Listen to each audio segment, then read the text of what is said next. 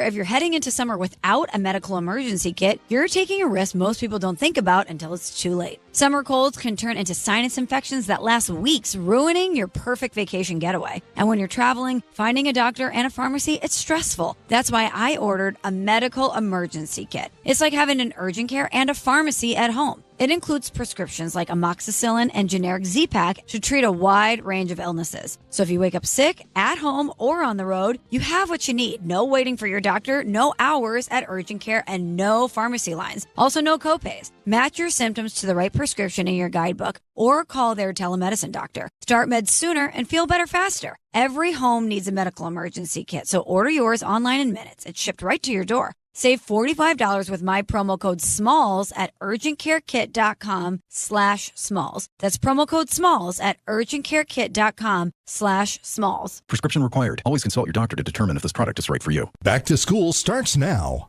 Get long-lasting battery life on the Dell XPS laptop powered by Series 3 Intel Core so you can work from anywhere. Now starting at $699 with exclusive student pricing starting at $599. Complete your setup with savings on select monitors and must-have electronics and accessories. Limited time deals and free shipping on PCs and more await you at Dell.com/deals. That's Dell.com/deals.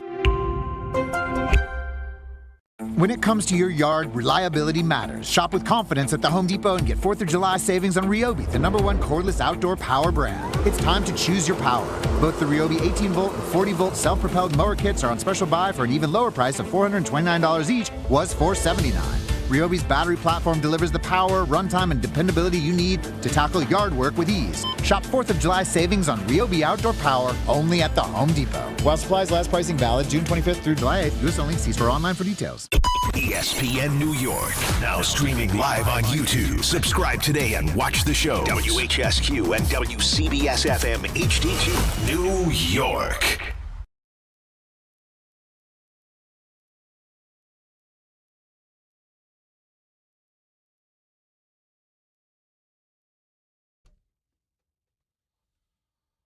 Damn right. Bart Carlin, ESPN. What up? Got salami, flaming hot Cheetos, 2 chai teas. That's breakfast of champions right there. Like I was just telling Dave, man, listen, me eating Cheetos is me supporting the little man, the You're immigrant. all about America. Yeah, the true idea of America. Explain. A country for all, where we embrace our differences. Just think, if it wasn't for immigrants, we wouldn't have these flaming hot Cheetos. Explain. Everybody saw the story. The janitor had the secret spice. He was a janitor at, like, I think Frito-Lay's or something like that. Who makes Cheetos? Fritos, right? I think so. So he had this recipe, and he was saying, hey, man, we can sell everything at the plant. Got the Cheetos, got the recipe in. They decided to give him a dry run. It bombed, right? Mm-hmm. Realized that people didn't know what they were. So he could still go. He went out, took the boxes, started giving them out free, telling everybody about it. Now, not only is Flamin' Hot Cheetos one of a staple, because Flamin' Hot Cheetos is like a cultural thing. They got the corn dip Flamin' Hot Cheetos. They got the Flamin'. People use this as ingredients in other foods. Right. It's all on TikTok. Oh, yeah. When I was growing up, you wanted some Flamin' Hot Cheetos. Flamin' Hot Doritos, not as good as the Cheetos, but good Flamin' Hot Ruffles. Yeah. The recipe is tested, right? And now they try to come out with those Tostitos or something. They made some other one that's not as good, but it's like the Mexican version. See, I used to always get the jalapeno chips. I wasn't a Flamin' Hot guy, but I always used to get stuff that had all kinds of the spices on it, and now I just can't do it. I just can't do it. Yeah, after a while, your tum-tum can't take you. So. No. I don't need to be chewing on 4 Pepsi a day. I mean, we've already established that when I eat a Pepsi, a good chance I'm going to die from choking. Well, I'm immune, right? Right. Because you're immune. No, you're younger than me. That's what you are. No, my mom, who's listening, right? Shout out, Mom. I had to show her how to put me on YouTube. If not, she's listening at her phone, probably just waking up. When she was pregnant with me, what she was addicted to was hot stuff. So she would drink cups and cups of hot sauce. Really? Straight, like shots. No, like drinking it, like it's chocolate milk. Exactly. So ever since I was little, I always have to have something hot. I'm talking about I have to have stuff hot that make my nose run. I need wasabi and yellow mustard. I like it. It's just, am I willing to pay the price for it? Thing is, that's what I'm saying. I never pay the price. It never comes out hot on the other side. No, but I don't even mean that. I just mean like sitting in the your stomach and just feeling like queasy. You know what my mom used to say all the time? So like what I do growing up, I take chips, sometimes like salt and vinegar or something like that. I take a bottle of hot sauce. Doing, doing, doing, doing, doing, doing, I'm all in it. You know what I'm saying? Right. All in. I love hot sauce on potato chips. It don't matter what kind of, but they get like slightly a little soggy. And my mom and everybody's like, you're going to get an ulcer. Like I saw Jalen Brunson's order at a bodega recently. You know, he was talking about the sandwich and then the chips he got. Yeah, he was getting that, but he was also getting the purple bag of Doritos, which is sweet chili and sweet and spicy chili or sour and sweet chili or something like that. Okay, because they got something that's tostados or Takis or something. I think it's not the Taki chips. Okay. It's not those. Okay. This was the purple bag of Doritos, which was a sweet chili Dorito. See, if my stuff hot, I mean, I guess sometimes I can like sweet. I like the sweet and sour, like the hot stuff. Yeah. Like when you have it. But yeah, man, this is American story. So when you see me with Cheetos, this is me, trying to show love to the Mexicans, man. So this is you, and not just that, but really celebrating America and what it is. Exactly. You're all red, white, and blue. It's a melting pot. Yeah. Like it's like life's like a box of chocolates. You never know what you're gonna get. You know what I'm saying? How you doing? I'm good, man. It's hot as hell. It's supposed to be hot as hell, but I don't really feel the heat. It's going to be 102 tomorrow at the Beach Bash. But it don't feel like it. It don't feel hot outside. Maybe because I'm not sitting in the sun, but I walked the block, right? Park, walked the block, went and got the iced chai. I was fine. It didn't feel, I don't got no back butter, nothing like that. Even yesterday it was supposed to be 91, and I was, me and Mom was out still cleaning up from Gigi's party. It wasn't hot.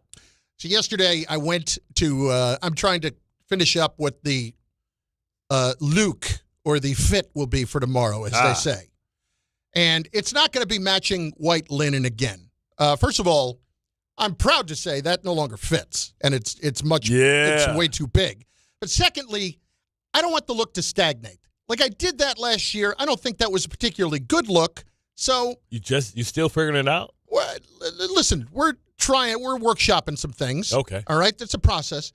And so yesterday, I went into Target because I wasn't going to spend much money on it. But I went into Target, and there was... First of all, make it sound right. Target. I tried so much to justify doing this, and I couldn't do it. It would have been amazing had I done it, but I'm going to just admit I didn't have the guts. You didn't have the guts? This thing fit, too. It was a 2X short sleeve white sweater that was see-through. Bro, you gonna wish you had that on when you out there melting. My nipples were just piercing right out of this. Now, if anything, you should have bought it for John, whose nipples always on ice. You know what I'm saying? Well, listen, I'm in the fitting room at Target with this thing on, and I stared in the mirror for a good 3-4 minutes like, can I really do this? Can I really show up with this? And the answer in the end was unfortunately no. We've all had that outfit that like we think we wear, but we're uncomfortable because we don't know how people, because we've seen other people rocking and confident. And it's like, fine. But if we put it on, we'd be so self-conscious that we'd be ready to take it off after a while. I mean, if I've dropped another 55 a year from now, maybe I'd do it. But the 2X fit, but I mean, it was form-fitting. I love it when they call me Big Papa. Love it when you call me Big Papa. Anyway, let's get to it. It's Bart and Carlin on ESPN New York and on the ESPN New York YouTube channel. We hope you're going to be down at the Beach Bash tomorrow. Starts at 1 o'clock down at Bar A, of course, in Lake Como, New Jersey. 1 o'clock with the Michael Kay Show, 3 o'clock Don Hahn and Rosenberg. And it is going to be warm, but when I actually looked earlier, it's going to be 10 degrees cooler because it's down the beach. Perfect. So there we go. So 90. It's going to be 90. It won't be that bad. I swear, last year was kind of hot. Or was that the year before? Last year was warm. 2 years ago was really hot. Yeah. The sun. If we got a little overcast, it'd be good. I wish it was on the beach, though. I know, but they've got sand there in the bar. They've got a beach kind of set up there, so it is going to be cooler. They might need to bring some mini pools. You know what I'm saying? Just like water people. But People can just walk Where's in. Carlin? He's off sitting in the baby pool. You know what I'm saying? The baby pool, hooking up to the holes and like the little sprinkler thing. You just walk like that. That's the Give me a slip and slide. Yeah, I want to go to the beach. Back in the day, it was like the thing that water the grass to go up like this. You run through. You thirsty. You open your mouth. Yep. The sprinkler that went back and forth, over the top. Yep. That thing was. I'll tell you, that was refreshing. That would hit the spot at times. And you just jumping through. We've got a few different things to get to today. Eric Chavez is going to join us at noon. Now, Eric Chavez, you'll remember, had the comments over the weekend on his EC3 podcast. He was the bench coach and hitting coach for the Mets over the last several years until the end of last year. And he was pretty critical of David Stearns and some of what the Mets were doing. Now, what I think is interesting about this is I went back and listened to his entire podcast this morning, not just the clips, to hear what he had to say and to really make sure that everything that was said and clipped off was in full context and everything. Right. And it was. And the first thing that comes to mind is, all right, is Eric Chavez saying this kind of stuff because he's bitter, he got fired, that kind of stuff? You go through and you listen to this dude, and I'll ask him about it later. A lot of people are going to say this is sour grapes. This ain't sour grapes. He's talking about how great the owner is. He's talking about how he's talking about a lot of things, and even in a couple of points, gives credit to Stearns. This comes away from me as very legit in what he is talking about, and I think this is going to be really interesting later on. And it doesn't feel like just the typical baseball guy versus nerd mentality. Right. You know what I mean? Right. It's hard sometimes to take the emotion out that, hey, I got fired.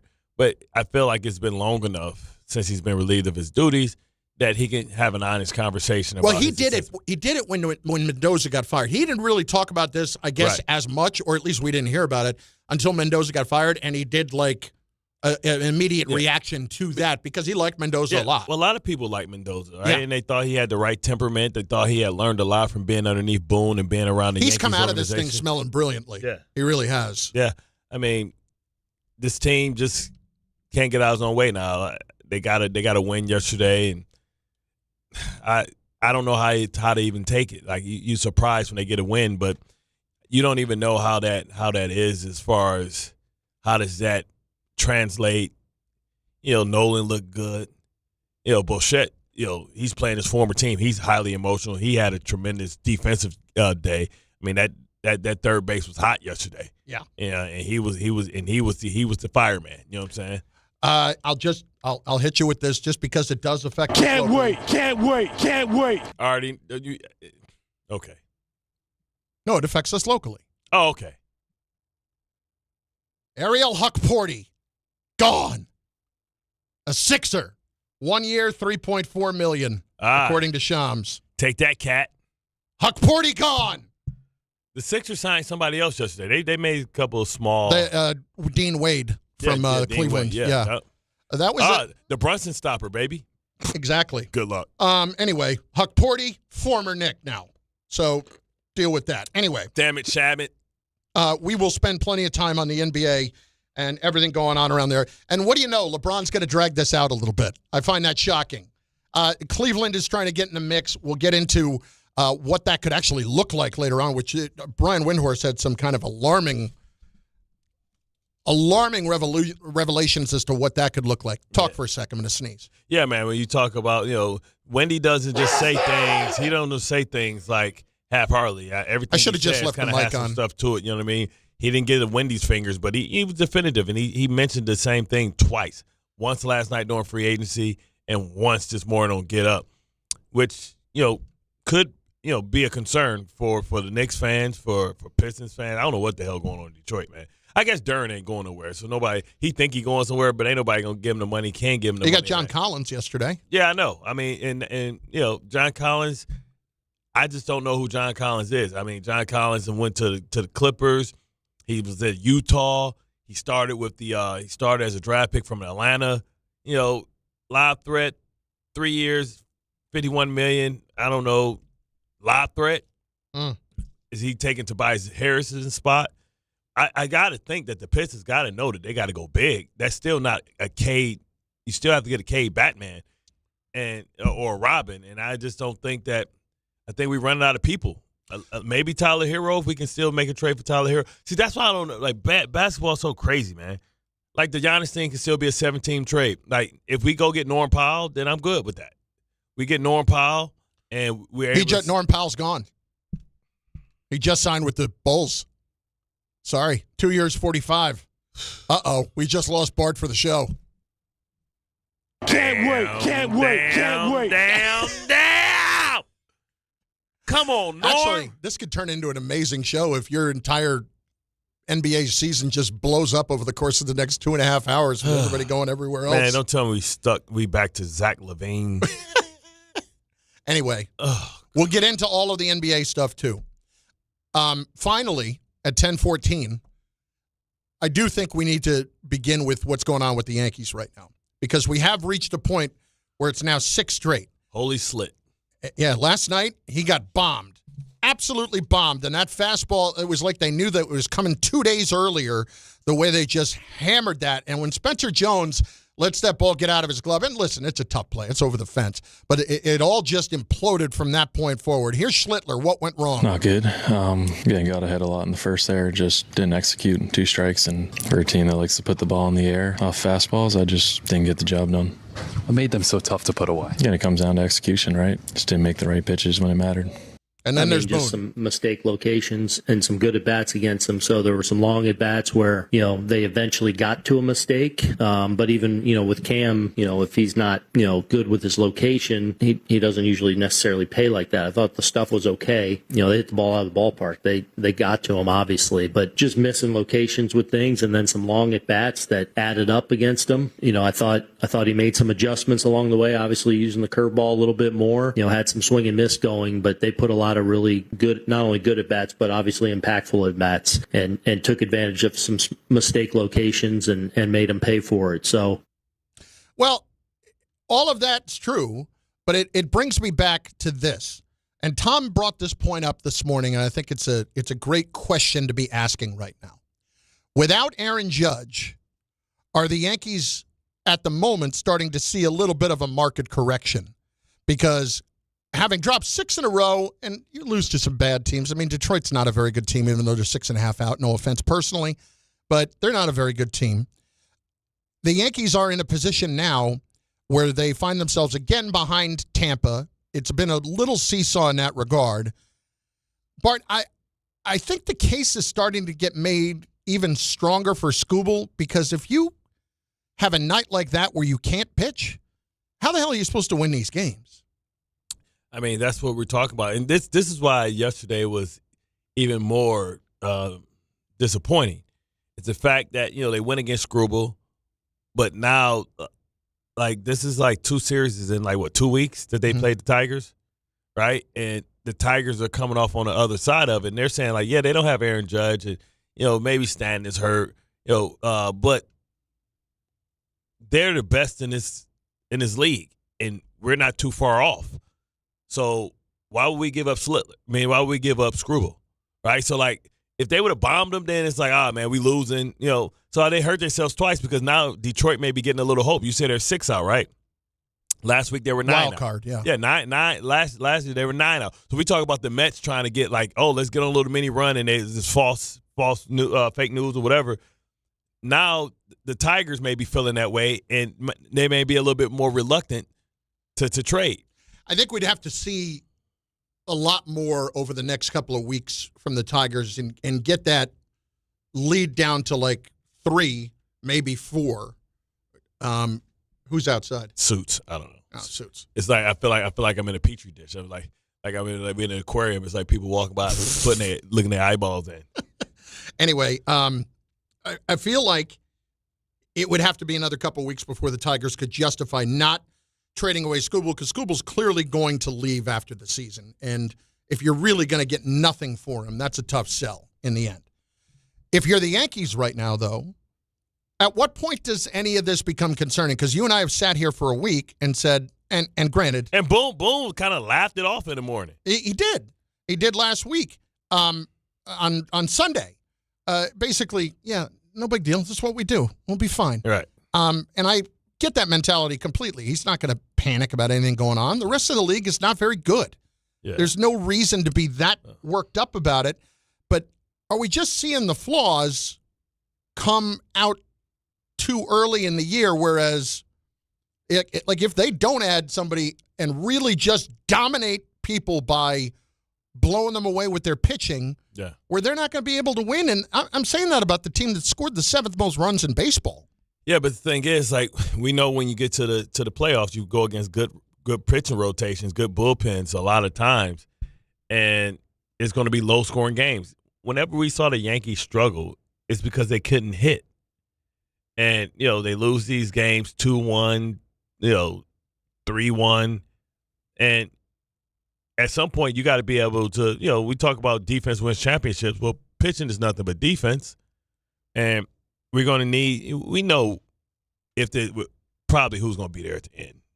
We know on the other side who's going to be there in the end. It's going to be the Dodgers. The Dodgers are going to do what they need to do. I mean, while last year we was talking about who's the guy that was hurt but is playing better that we were trying to get everybody to get.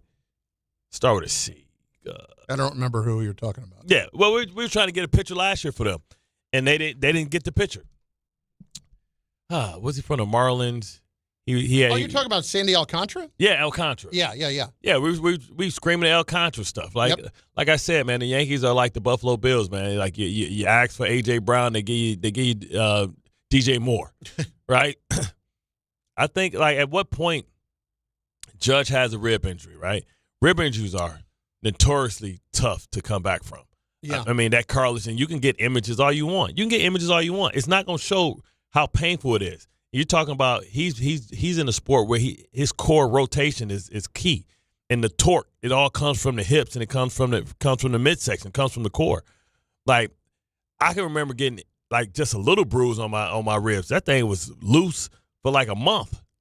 I mean, and it wouldn't even hit that hard, right? So it hurts when you breathe. Yeah. Man, anybody that ever like later in my career, I used to think I was young, like I used to be. And I would come into like workouts and I wouldn't stretch, and like we'll start doing something, and like it's this thing that you get, and we all get them sometimes. It's like right behind your scapula, and it feel like your rib is pressing on your lung. You can't get a deep breath in. They try, and we all do it. It's like you pull something real quick, and it's right between your scapula. We used to have to try and roll out with a lacrosse ball, but when that happened, you were done for like 2 days, not being able to get a full breath, and it's the sorest thing ever, right? So that stuff can come back for Judge. And like I said when we were talking to Paxton last week, like, we've never seen what 280 ages like. Like, Judge is massive. Like, people don't realize just how big Judge is. He's big. He's like 20 pounds bigger and 2 inches taller than Gronk. You know what I mean? This is a huge man. Like, at what point are the Yankees going to go all in?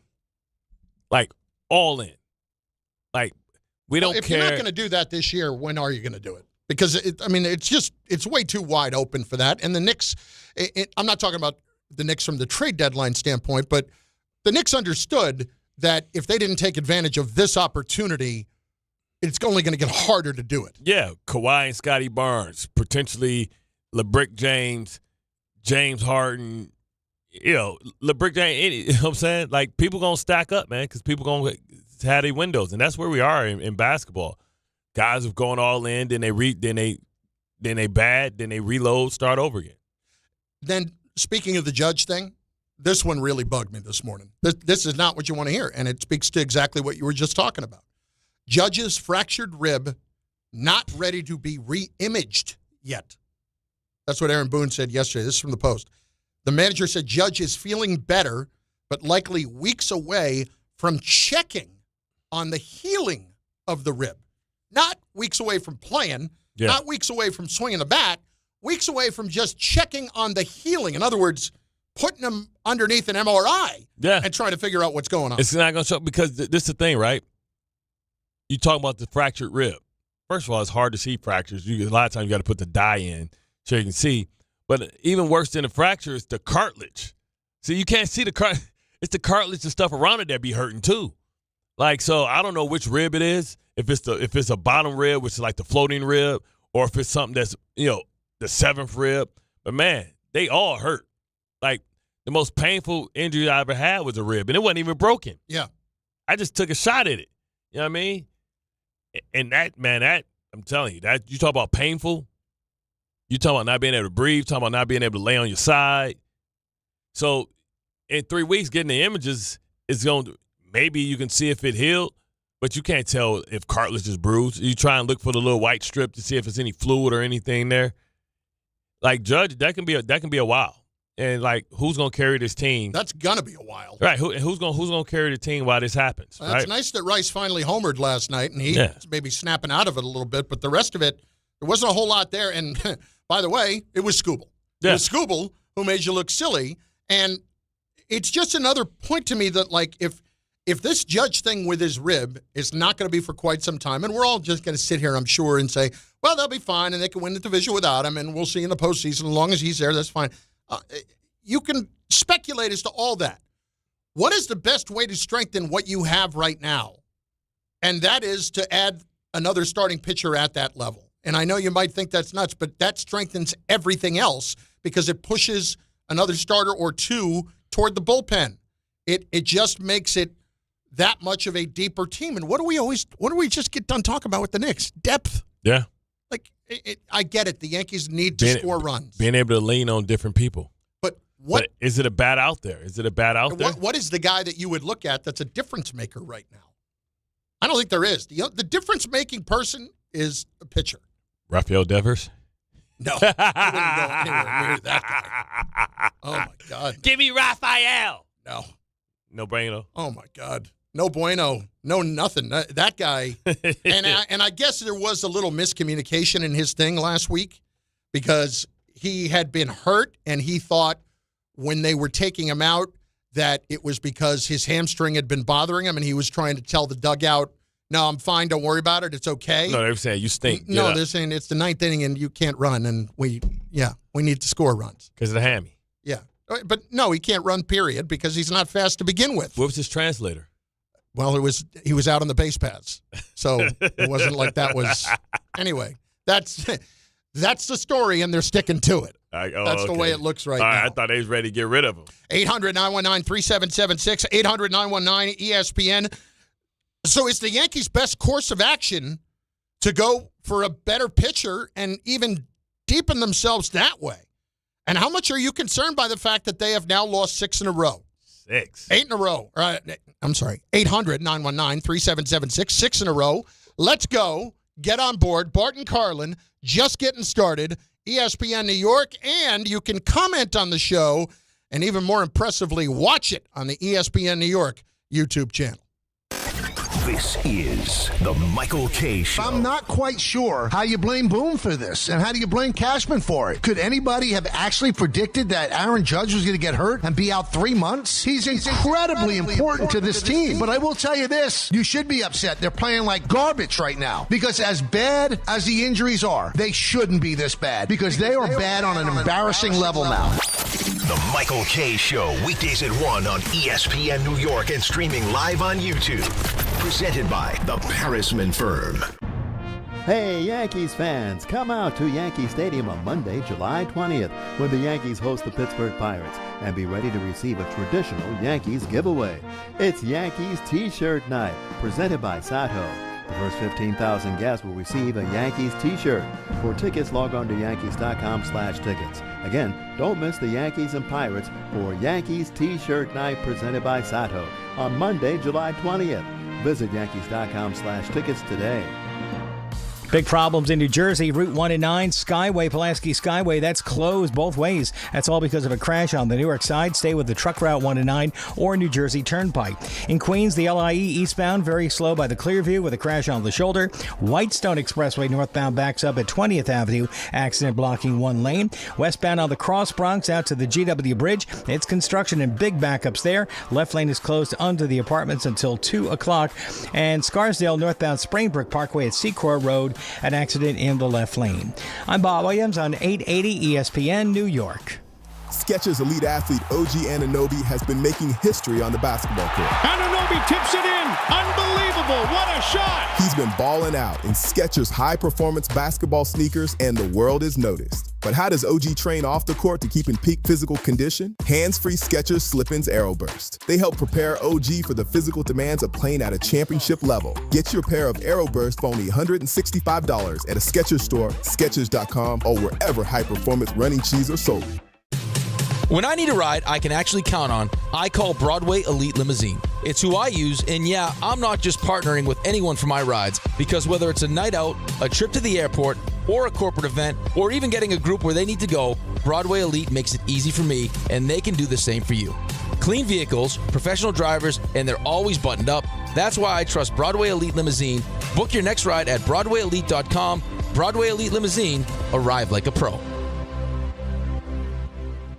You matter, and so does your well-being. If you're facing tough moments, struggling with anxiety, depression, thoughts of suicide, or substance use, help is here anytime you need it. Call, text, or chat 988 for free confidential support. New Jersey's 988 Suicide and Crisis Lifeline is here 24/7 for you or someone you love, with trained counselors who listen and care without judgment. You matter. Remember New Jersey's 988. A message from the New Jersey Department of Human Services. If you're heading into summer without a medical emergency kit, you're taking a risk most people don't think about until it's too late. Summer colds linger and can turn into sinus infections that last for weeks. Getting sick right now before vacation can derail everything. And when you're traveling, finding a doctor and pharmacy is stressful. That's why I ordered a medical emergency kit. It's like having urgent care and a pharmacy right at home. It includes essential prescriptions like amoxicillin and generic Z-Pack to treat a wide range of common and serious illnesses. So if you wake up sick at home or on the road, you already have what you need. No waiting for your doctor, no hours at urgent care, no pharmacy lines, no copays. Just match your symptoms to the right prescription in your guidebook or call their telemedicine doctor standing by. Start on your meds sooner and feel better faster. Every home needs at least one medical emergency kit. Order yours online in minutes and it's shipped to your door. And save $45 with my promo code 880 at urgentcarekit.com/880. That's promo code 880 at urgentcarekit.com/880.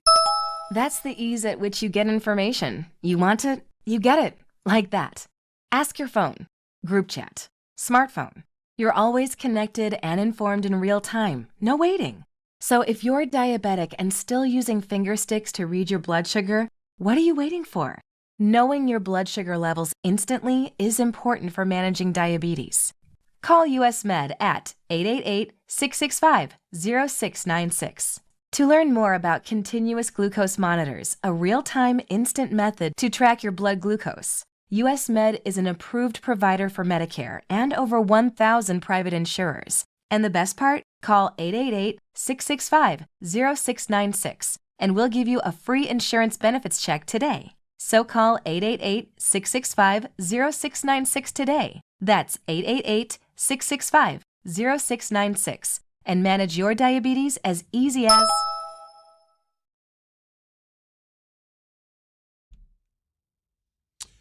I'll give them a pop because they're both outstanding reporters.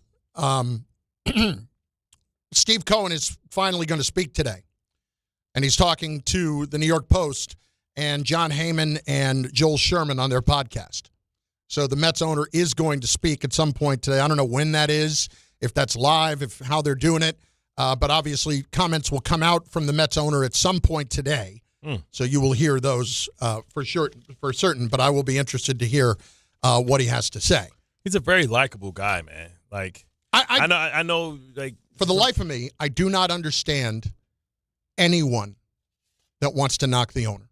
I listen. The $40 response the other day on the parking thing, a little tone deaf, but I don't know, especially, and I'll just phrase it like this: you people, you Met fans, considering where you came from, and you now have this guy, and you're going to complain about him. If that's the case, you just need to get out. But you know what's crazy? Because it's the reverse of it, right? Not having money to spend and then having too much money to spend is yielding the same result if you're a Mets fan. Yeah. And you're upset, but you're upset for two different ways. But you've got more hope that they're going to fix it. Right. Well, because they have more avenues to fix. Because they make a mistake, they're not tied to the mistake. so to speak. They can eat money if they need to, and he's shown the willingness to eat the money. The fact that he ate Verlander and Scherzer's money. But what you get concerned with is like the person making the decisions. Like, how do we get the right players in here? How do we get the right mix of players? Because you can have good players, and the Mets have good players. But how do you get the right mix of complementary pieces and players that can play together and perform together, right?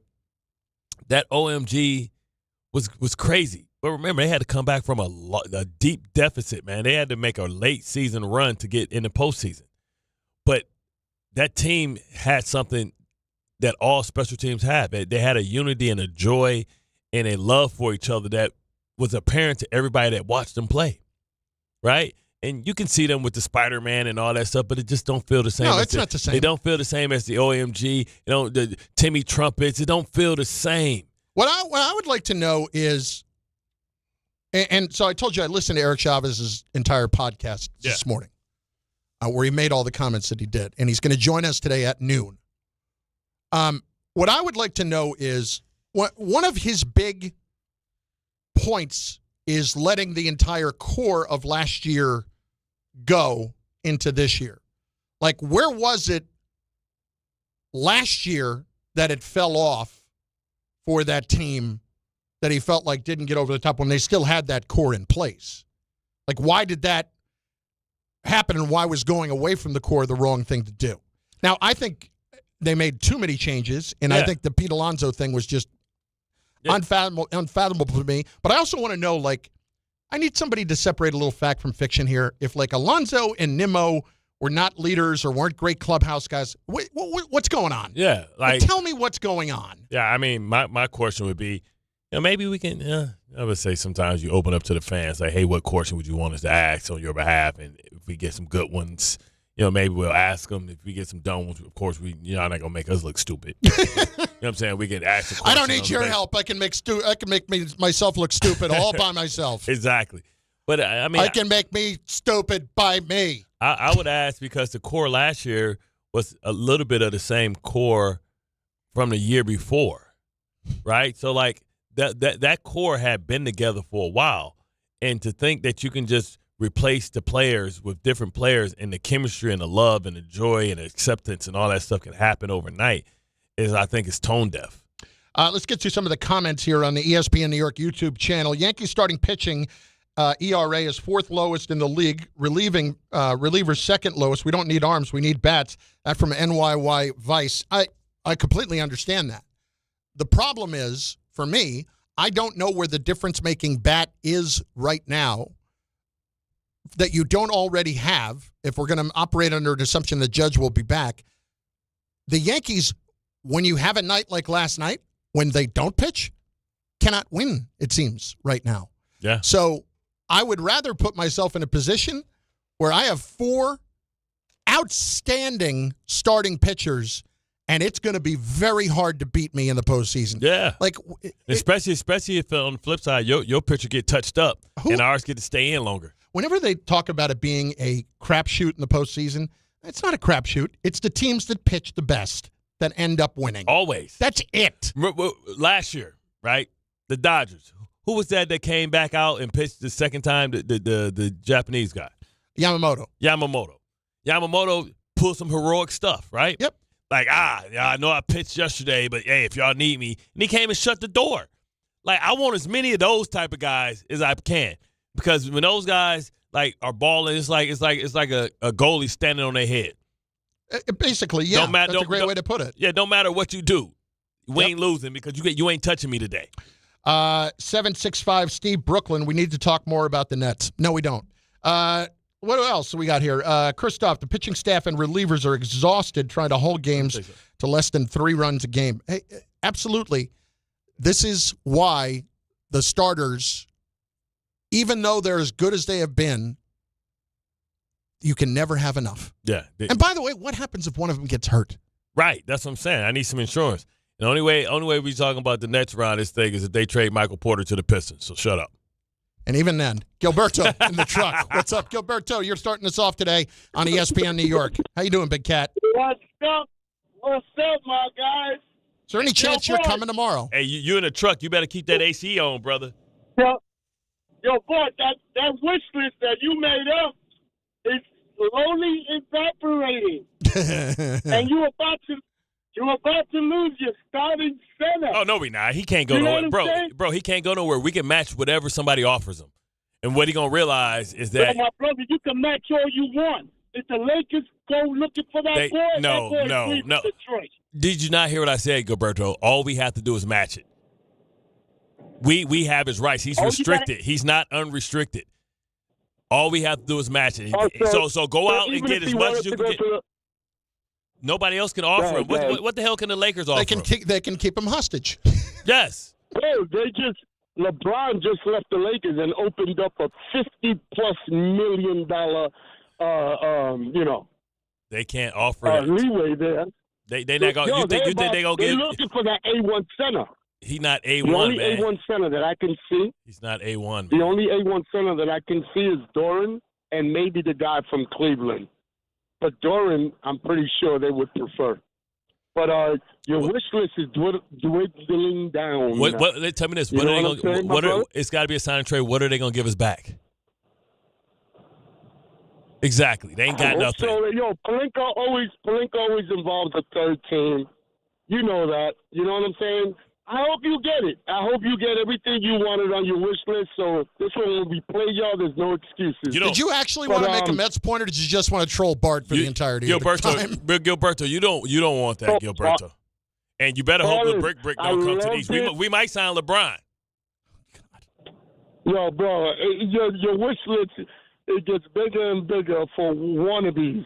Guys that are about to retire and looking for a retirement. Okay, so the answer is you just wanted to troll Bart. Got it. You had no Met point to make. No. You know we have $50 million. We have $50 million in. We got like 40 absolutely. inside. Oh my God! That's why I said I hope you get the guys that you want. But Carlin, I loved it when you said this morning. Get out your wallet. But I loved it when you. He brought it up, not me. You kept going. What? Go ahead. There you go, Carlin. I love you guys, man. You guys are the best. Great show. What about the Mets? He gave me nothing on the Mets. He's been on the air for 2 minutes and 38 seconds.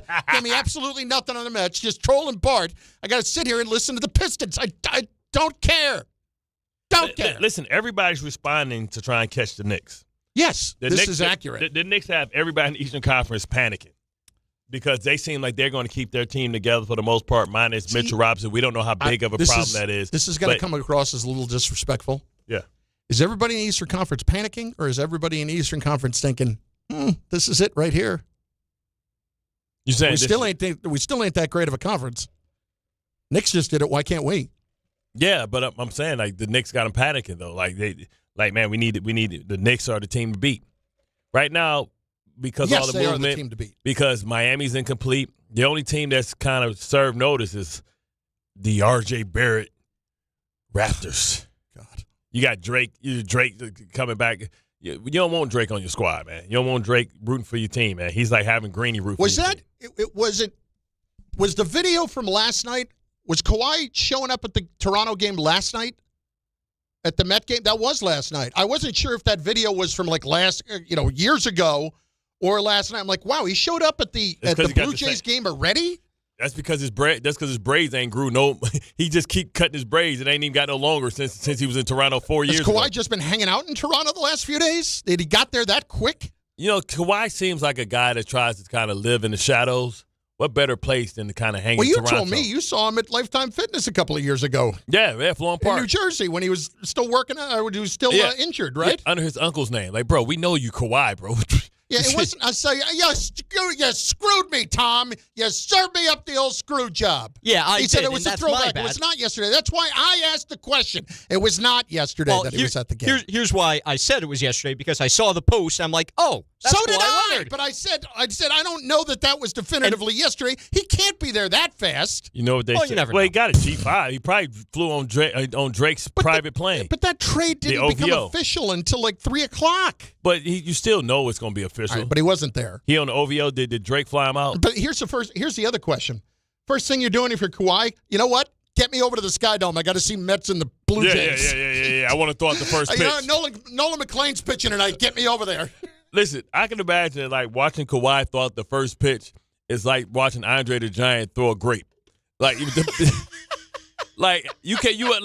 we have something in his hand? Like, is he throwing his fist because his hand's so damn big? Rick and Dave were talking about this morning. I don't think people understand how big athletes really are. Yes. Because there is a picture, Rick on his vacation just ran into Nick Sirianni down in St. Bart's. Yeah. And Rick's put together pretty well. Rick's only about 5'10 and a half, roughly 5'11. Round up. 5'11.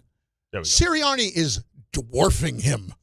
Nick Sirianni is jacked and making Rick look tiny. Dan Orlovsky's tall. Dan Orlovsky's like 6'6". Listen, Cam Newton, like when you see Cam, you he's like an action figure. Yes. You're like, damn, this dude big. And this is me standing next to him. I'm like, damn. Bart Carlin, ESPN New York. This is Don, Hahn, and Rosenberg. David Stearns won't say it, but this is his fault. This is all on him. This is all about the roster. You have the president of player personnel now leading the show to evaluate what the heck's wrong with this roster. Right now, with the target directly at his chest, is David Stearns. And what happens moving forward is all about whether he stays or goes. Don, Hahn, and Rosenberg. Weekdays at 3 on ESPN New York and streaming live on YouTube.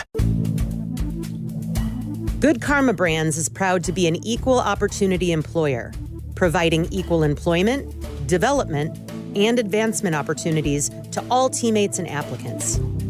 To learn more about careers with us, please send an email to talentacquisition@goodkarmabrands.com. That's talentacquisition@goodkarmabrands.com. Hey, New York and New Jersey, Boost Mobile has an unlimited talk, text, and data plan that's only $25 a month forever, meaning you'll only ever pay $25 a month for the rest of your life. Who wouldn't want unlimited wireless when it only costs $25 a month forever? If you don't, you must be one of those people who enjoy overpaying for their phone plan. $25 a month forever is truly as good as it gets, so go online and switch now at boostmobile.com. After 30 gigabytes, customers may experience slower speeds. Customers will pay $25 a month as long as they remain active on the Boost Mobile Unlimited plan. Long Island is more exciting than ever at Jake's 58 Casino Hotel.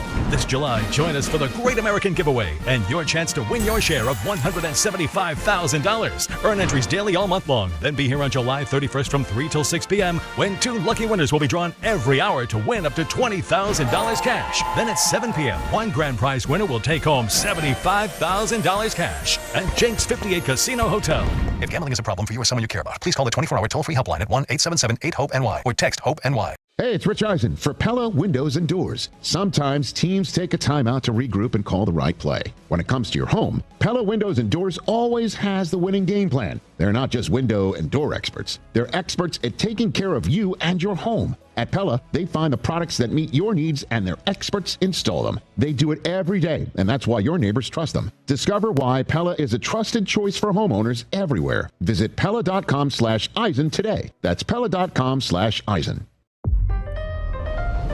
Your ambition just met its match with Robinhood. You play for the win, not just on game day, every day. Channel that drive into your money. Robinhood puts you in control, all on one platform. You expect more from yourself. Expect more from your money. Get started today at Robinhood.com/yourmoney. Again, that's Robinhood.com/yourmoney. Your money, your move.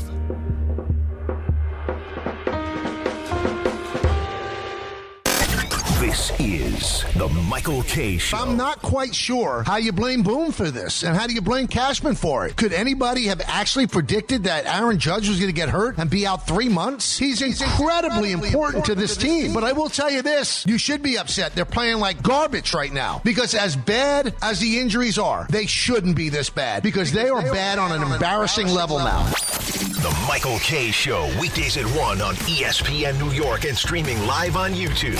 Presented by the Parisman Firm.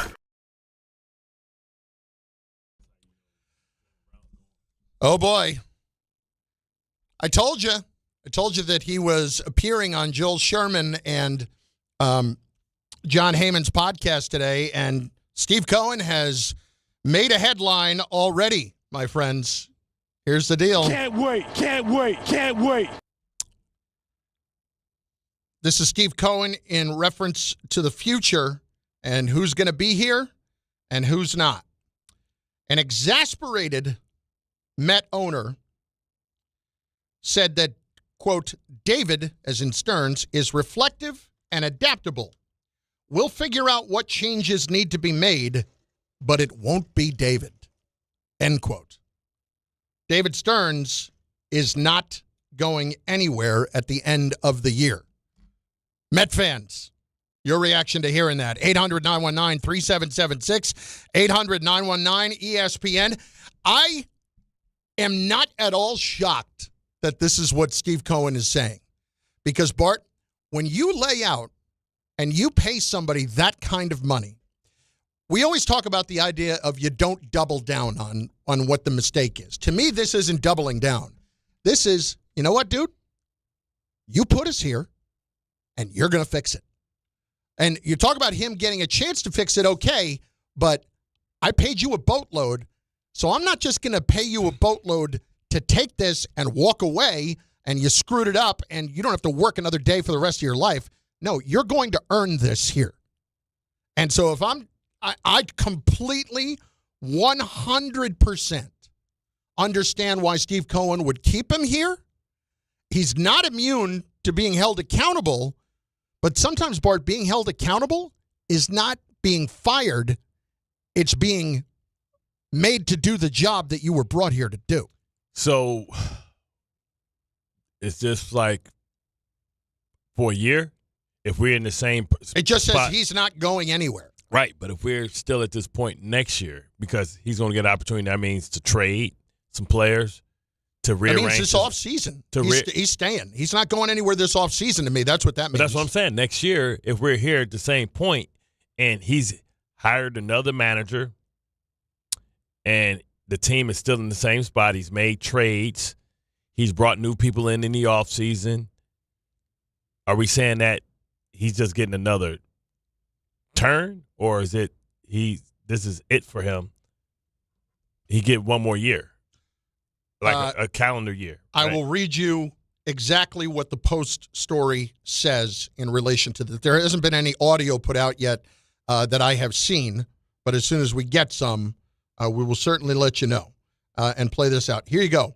In his first comment since the Mets fired Carlos Mendoza, frustrated owner Steve Cohen told the Post Joel Sherman and John Heyman on the show podcast that Stearns is going to, quote, live out, end quote, the remainder of his 5-year contract. Oh, hell no. As president of baseball operations. Oh, man, you talk about you can do whatever you want to there. Stearns is in the middle of his 3rd season, and the team is 6 games over 500. David is reflective and adaptable. We'll figure out what changes need to be made, but it won't be David.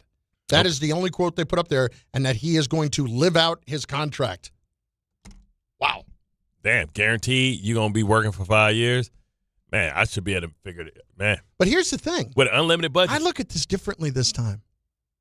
This dude paid this guy so much money, and your mistakes have put us in this mess, and you're getting roasted by everybody. Guess what? You're going to continue. $10 million a year. You think he care? Hey, I'm getting roasted, but I'm going to be here and I can fix it. But here's and I the cannot thing. fix it. But here's the thing. I'm not going to let you go on vacation for the next 2 years on my dime. Your job is to fix this, so go fix it. Okay. I'm playing knowing to be able to have a contract knowing you're not going to get fired. You don't start panicking until you get to year 4 and you're not winning. But if you're getting fired, to me, some guys look at that getting fired like, yeah, I'm good. All right, that's fine. Pay me out with the rest of my money. And he's getting his $10 million a year no matter what. But then some guys think that, okay, if I get fired, then I might not ever get another job. But if I got 3 more years, I know I can mess around and get lucky because I got a bottomless pit. I can spend as much money as I want. But then what if it don't work and he spent all this money? Then you got bad contracts, and the next guy got to come and try and clean this mess up. You see what I'm saying? Yeah. Like the next guy come in is going to inherit maybe bad contracts, and now you're talking about if he's not the guy, you're talking about that's what, year 4, year 5 of Soto. Might want to build around this guy for this guy start. Doesn't Soto have an option in this contract at some point? Soto has the opt-out after the 29 season. Yeah. But remember this, though. the Mets can actually take away the opt-out by bringing his salary in the remainder of the 10 years from 46 to 50 per year. In other words, the Mets can make sure that he doesn't opt out by handing him another $40 million, and that takes away his ability to opt out. Okay, I might not opt out, but I might want out. Yeah, you might want out. That could happen. Then what? Then you deal with it when you deal with it. I'm not dealing with that right now. We're in year 2. We're not talking about you getting out of here. Hold on. To be able to say that Stern basically won't be fired, he's going to get his entire 5 years, I think is not putting enough pressure on him. See, I think it is. I don't think it is. Like, somebody say, oh, man, you here regardless. You're going to make bold moves. You're not going to make smart moves. Well, You're not going to make tell me that Steve Cohen's not going to be up as you-know-what every minute, that they're not winning? I think he's going to be all over him. If I'm bringing somebody here and paying him that kind of money. You think I care? What? You think I care if he's all on me if I know I ain't getting fired? And no, first of all, my contract's guaranteed anyway. Yes, I understand that. What I'm saying is I have to pay you either way. So I'm going to pay you here to fix this. And I'm going to pay you here to at least hold you accountable to fix it. I can make the argument very easily right now. The best way the Mets can hold David Stearns accountable is not to fire him. It's to keep him. It's absolutely to keep him. Get on the phones, 800-919-3776. This is news that is just coming in the last few minutes. Can't wait. Steve Cohen telling John Heyman and Joel Sherman just a little while ago, David Stearns is going nowhere and is going to live out his 5-year contract. And remember, he's in year 3 right now. Let's go! That can't make you happy if you're a Met fan, but I'm telling you, it's not such a bad thing. We also get your comments in on the ESPN New York YouTube page. Plus, Eric Chavez, this now takes another turn. Yeah, I wonder what he thinks about that. Is going to join us at noon. Oh! We got a full plate, baby. And the big fella's hungry. Yeah. 800-919-3776. 1-877 Cars for Kids. KARS Cars for Kids. 1-877 Cars for Kids. Donate your car today. Call 877-CARS-FOR-KIDS to reach a friendly live agent. Donation is super easy, and your car can be picked up as soon as tomorrow. Call us now or go to carsforkids.org. 7 Cars for Kids. Donate your car today. Did you know you can donate real estate too? The World's Game at BetMGM is here. Bet on the soccer showdowns with 2-up early payouts so that if you're up 2, BetMGM will pay you. That's right. Place a pregame, straight match result bet on any tournament game. If at any point your team is up by 2 goals, you'll instantly win your bet. Then enjoy BetMGM's same-game parlays, daily promotions, player props, and so much more for the World's Game. Don't miss your shot at an early win with 2-up early payout to get paid out if at any point your team is up by 2 goals, regardless of the final outcome of the match. Make it a tournament to remember with BetMGM. BetMGM and GameSense remind you to play responsibly. Gambling problem? Call 877-8-HOPE-NY or text HOPE-NY 467-369. See BetMGM.com for terms. 21 plus years of age to wager and physically present in New York only. New and existing customer offer. Subject to eligibility requirements. Additional terms and restrictions may apply. There are a million reasons to love New York. Making your budget stretch isn't one of them. According to an independent study, Amazon prices average 14% lower than other retailers. Get food, fashion, furniture, and more shipped straight to your building. That's how Prime members have saved over $2 billion on grocery and household items. Learn more at aboutamazon.com. This is DiPietro and Rothenberg. Speaking of questions. Buster, I mean, Volpe hasn't kind of blossomed into what they expected. Thank God for Paul Goldschmidt, but now, I mean, at third base. And he actually cannot end it with just a defined question. Here's the thing for me. It drove me crazy last year with the Yankees. I'm a Mets fan. But do you think they do both, or do they prioritize the pitching over maybe some help at third base? Maybe we taste real true torture. That'll teach them. Yeah. If you do that and it truly takes the next step in terms of being a mental block, you end up with something like this. What happened? I don't know what happened. Why Bregman not back? Morning Start with DiPietro and Rothenberg. Weekdays from 6 to 10 on ESPN New York and streaming live on YouTube. Skechers elite athlete OG Anunoby has been making history on the basketball court. Anunoby tips it in. Unbelievable. What a shot. He's been balling out in Skechers high-performance basketball sneakers, and the world has noticed. But how does OG train off the court to keep in peak physical condition? Hands-free Skechers Slip-ins Aeroburst. They help prepare OG for the physical demands of playing at a championship level. Get your pair of Aeroburst for only $165 at a Skechers store, Skechers.com, or wherever high-performance running shoes are sold. Progressive knows there's no one more important to your team than your pet. They're like your top draft pick. And it looks like Chuck has selected Pepper the Corgi. Bold pick there, Deborah. Yeah, Rich, Pepper has a high ceiling for sure, but he does have a tendency to bark at every tree. Yeah, he brings a lot to the table, but also takes a lot off of it, especially when it's been left near the edge. Nothing left to do now but suit him up for the dog park. Protect your top draft pick from injury and illness with Progressive Pet Insurance. Get a quote at Progressive.com. Progressive Casualty Insurance Company affiliates and third-party insurers. Not available in all states or situations. Covered subject to policy terms. When's the last time payroll was the easy part of your week? With Gusto, it can be. Gusto is the all-in-one platform designed to take the hassle out of managing your team, from payroll and compliance to hiring, onboarding, and more. With Gusto, you can get back 2 full days each month with all the time you've saved. Go to gusto.com today and learn why over 500,000 small businesses choose Gusto. That's GUSTO.com. Gusto.com. Congratulations to the New York Knicks. They are the 2026 NBA champions. WHSQ and WCBS FM HD2, New York.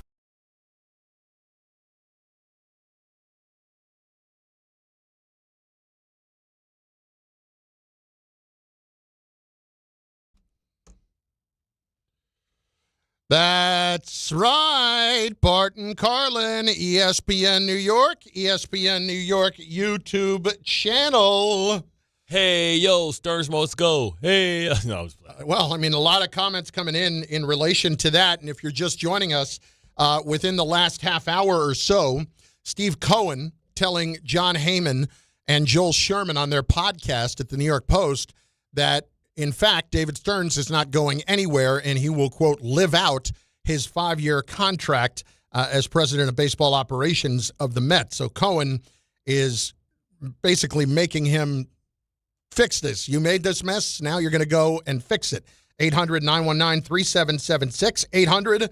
800-919-ESPN. Let's get your reactions to it. I'm going to get some of those comments up here in one sec. But we did have one of the fans bring up the question vis-a-vis the contract and opt-out that exists on Juan Soto. Conditional right of opt-out. Fans are pointing out they don't think that this is accurate. I'm reading right from the details of the contract from Cots Baseball Contracts. Conditional right of opt-out. Soto holds the right to opt out of his contract after the 2029 World Series. The Mets hold the right to negate Soto's opt-out decision by increasing his 2030 to 2039 salaries from $46 to $50 million annually. So, yes, they can negate it. All they have to do is pay him $4 million or more per year for the last 10 years of the contract if they want to do that. So basically give him a raise. Yes. And they have to give him $4 million a year is sizable, but it's honestly at that point you're going from 46 to 50, and considering where we are right now, is that going to end up making a difference? He's making less than Dak Prescott. Yeah. So there you go. A couple of the comments coming in. Gilbert Medina. Carlin, I can't even get the words out. I'm not surprised that Bart's wish list is dwindling down, but my take on the Mets, the owner, Cohen, and his wife have to take aside Soto and Lindor and end the feud. I don't know that they have to take a side. I think what you're going to see is eventually someone's going to take a side because one of them's going to be gone. But if you're thinking that it's going to be Lindor that's staying and not Soto, I don't think you're in the right frame of mind on this. But what I'm saying is, how easy is it to move Lindor's contract? See, I don't think it's as hard as people make it out to be. Now, granted, he's 31 and he's got 5 more years left on it at a pretty decent number. I think about 150-some million, 160 million left. Is Lindor a final piece to a championship on a good team? Like who? Lindor certainly could be a difference maker for someone, no doubt. But no doubt. At what number? What's his number? First of all, I don't think Lindor. Earlier this year, if you had asked me, I thought there was a good chance Lindor would not be a Met next season. I still think he's going to be a Met at the beginning of next season. But by the start of the 28 season, I don't think he'll be here. Well, I guess it's on Stern, right? Stern's going to make these decisions. Right? Well, apparently at the moment, the guy that thought Simeon was going to be straight. But I think when it comes to, like, his whole argument on Simeon was the extra 2 years of getting out of Nimmo. But what I really want to know is, and I cannot wait to talk. Was Nimmo not a good player? Nimmo was a good player. It was so. Nimmo, why are you trying to get out of a good contract? Because you got 2 more years on the back end of that contract that may not be good. Then Simeon has only 3 years left. Nimmo had 5 years left. So you feel like, well, I'm doing something good for the long term. Right, that's what I'm saying. But we've got Daddy Warbucks now. We counting money when it comes to Nimmo. We counting bread. Well, this is the Stearns thing. Right, that's what I'm saying. Now we counting bread on that. Yeah. We counting bread. We just talked about how you can make mistakes. We just pay Soto all this money, and all we got to do is give him more money. We got more money than we need, and now you're concerned with, well, the back end of that. There's 3 years versus 5. Who cares? Black Metronome. Stearns is Teflon. Met fans, God bless. David Stearns? No, David Cashman. Here's the thing, though. Listen, at the very least, the Yankees can lean back on, well, we're in it every year, and we're competing every year. Yeah, but at some point, it becomes like the Pittsburgh Steelers. Like, what are we doing? Stearns is not going to build a winning team shopping at the dollar store. Stearns is not shopping at the dollar store. That's what you got to understand. The problem is it's where he's putting the money. So this is what I would say. It's not that he's shopping at the dollar store.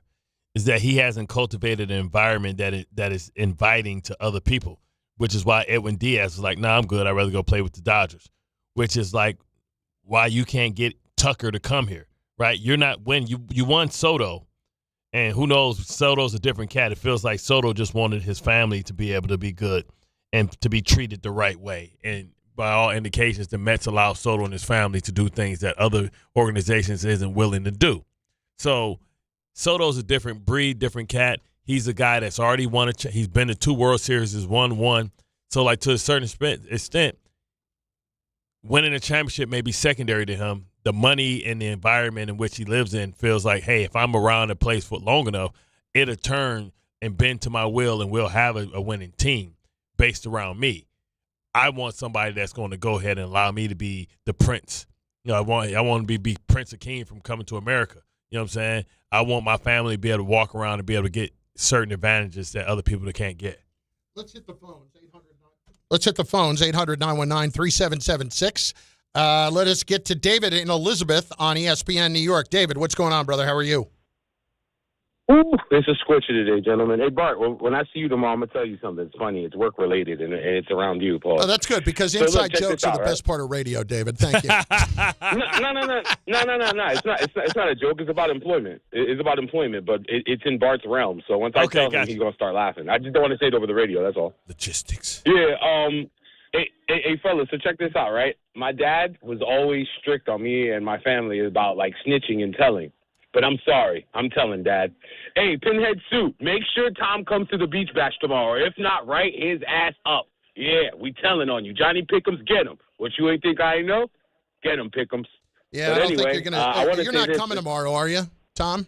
I'm hoping to get here. I'm going to be here till a little past 3. I'm hoping. I'm hoping. Just come. He always got an excuse. Tom, it's like a half hour from your house. I know. I'm coming straight from work. It's just if there's 4th of July traffic, but I got to go home first. I got to go home first and stop by and check and see if my Amazon package came. Come on, Tom. You got to drive by to go home, Tom. Come on, Tom. You got to drive by to go to the corner store. Come on, Tom. Anyway, yeah. People want to see Tom, man. Makes it tomorrow. Maybe he can be the Bauer Hour. Exactly. Tom never comes to any of the functions. They need to write him up if he don't show up. Sorry, Tom. You're my guy, but a write up won't hurt. I bet you if we had snot there, he'll come. I want to say this on a sports standpoint with the whole free agency thing. Mets stink, so we're going to skip that and just go straight to NBA because that's interesting. This whole LeBron thing. Yo, fellas, I'm not no LeBron hater. Yeah, LeBron gets his flowers for, all the accolades and stuff he's done. But, bro, like, y'all not tired of this already? He always jumping teams, always looking for an easy path, easy access. We always make an excuse. Oh, you want to play with his real man. You want to do this, you want to do that. Bro, enough. And it's to the point that, like, yo, you kept trying to play us for so many years, and now look, we're champs. But he did. And I bet you, you'd love to come to Manhattan. Don't act like you wouldn't. And last but not least, I just want to say this: he never wants to get a haircut. You bald already, brother. You bald. Take a haircut. You got enough chicken. No, I never seen somebody so greedy. No, Dave. He's going to play for $15 million. He's saying I'll play for $15 million. It's just not going to be here in L.A. because Luka, like, this is clearly Luka's team, I'm not with that. So I'm gonna go ahead and bounce. Right, y'all made it apparent that y'all didn't really want me here by giving me the deal that y'all gave me the year before, because they could have gave LeBron a 2-year deal, but they knew that would have painted them into a corner. Y'all chose Austin Reeves, which is fine, right? Because Austin Reeves is a young player. He's the future. I'm the past and the present, right? So I don't think, and listen, nobody's been on LeBron more than me, but I think he's saying, okay, I'm done here. Y'all clearly saying this is not my team. This is Luka's team.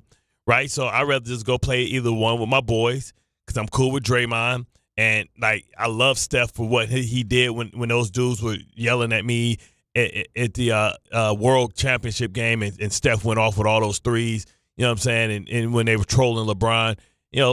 Who wouldn't want to play with Steph Curry, man? Like, just LeBron's at the point of his age, man, like, where you're like, man, I want to play with the people I always wanted to play with. You know what I mean? The people I admire. Right, because I guarantee you it's a very few people that LeBron kind of admire or consider his peers, like guys that are right there with him. Steph is one because he's competed against them. Probably Kevin Durant, right? He sees as like, man, this is my equal.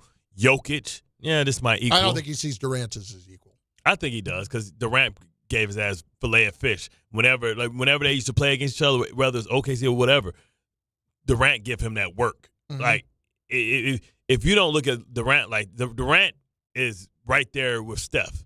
You know what I'm saying? As far as Jokic. So, I mean, he could go play in Denver.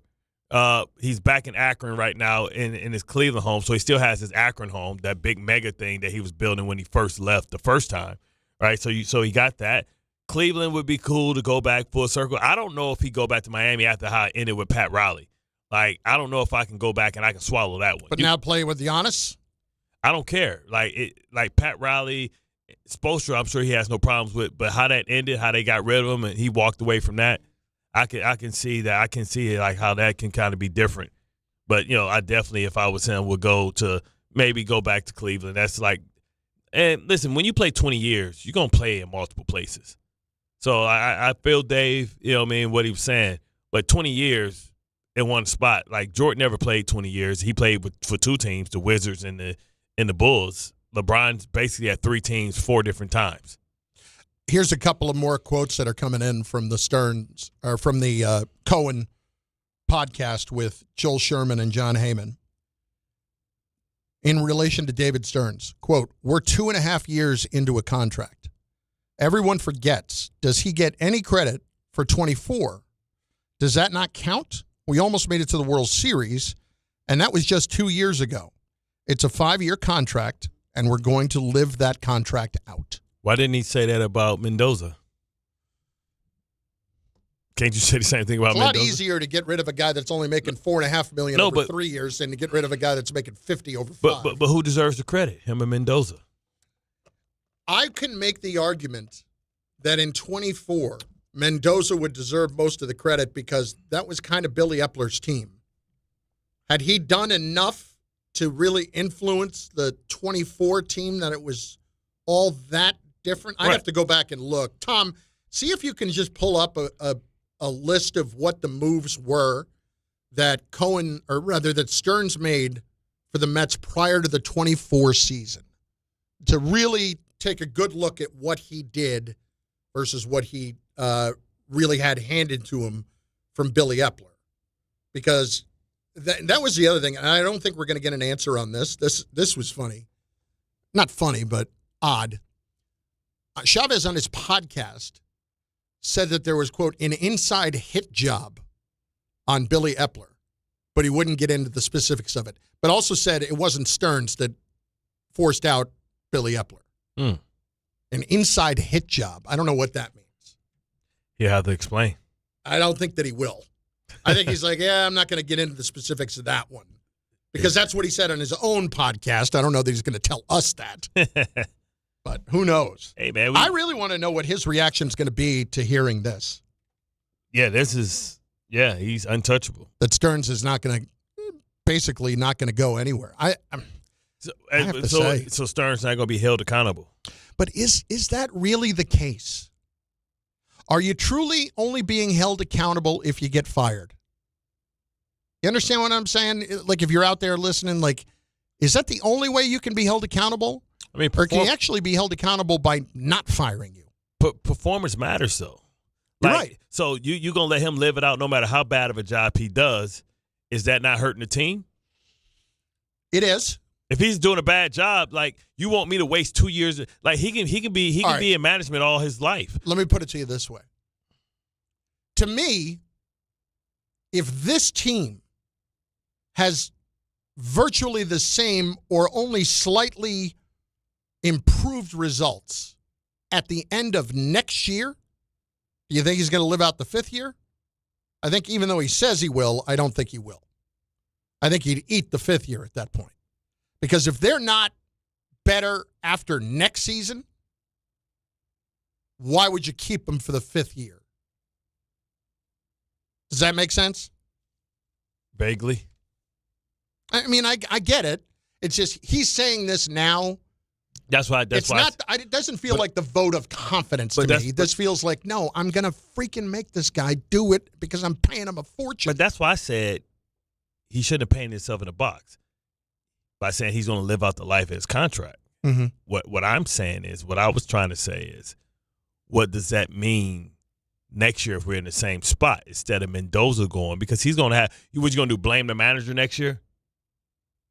He's going to hire a new manager. We're going to blame the manager next year? 1 year in, we're going to hold him accountable that way? Mm-hmm.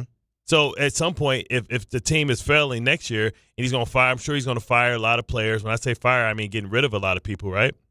He's going to get rid of a lot of people. So if he's going to get rid of a lot of people, then what does that mean? That means that that the team that's failing 2 years in a row is the team basically that he's put together and built in his image, or the type of team that he wanted. Major league signings that he made prior to the 24 season, okay? Sean Manaea, at the time, he gave 2 years, $28 million. Now, Manaea, you'll remember, had a good season. Yeah, had a great season. And he opted out, and he got 3 years, $75 million, and now that's a debacle. Yes. So you gave Sean Manaea a big contract off of really performing the 1 year. He gave Severino, which was a good signing at the time, should have signed him $13 million. Should have signed him again. Severino ended up going out to Oakland. Pirates? Oh, I thought No, he went, I should say Oakland, really Sacramento, because they had to pay somebody to get to what the floor was. Oh, God. So they had to give somebody a ridiculous amount of money. Why can't I be that person? I know. What the hell? Harrison Bader, $10 million. Adam Ottavino, $4.5 million. Jake Diekman, $4 million. Joey Wendell, $2 million. Trades and claims. I mean, there wasn't any.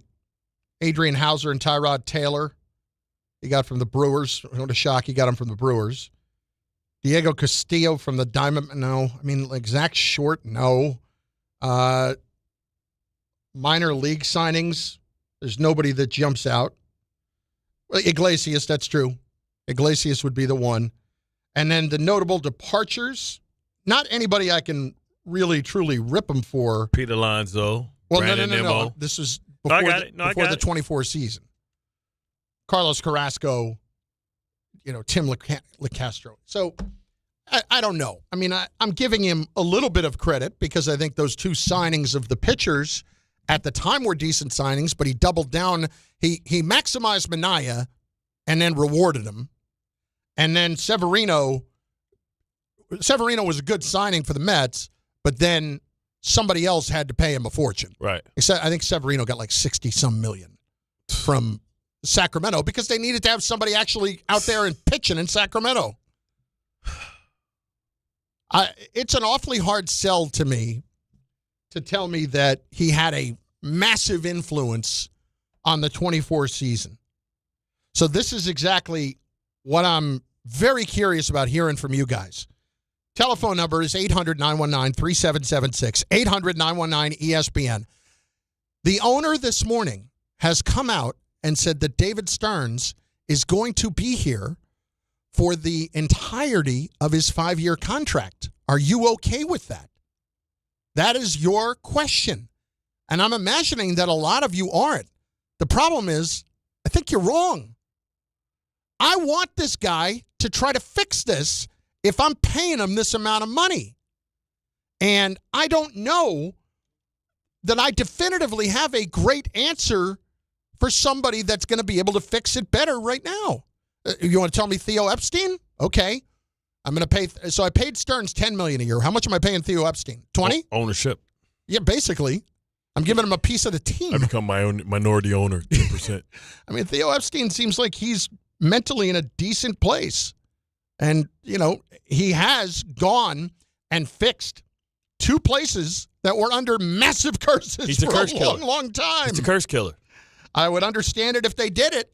But this is what I want to know from you guys. Are you okay with this? I actually am. I'm 100% okay with this.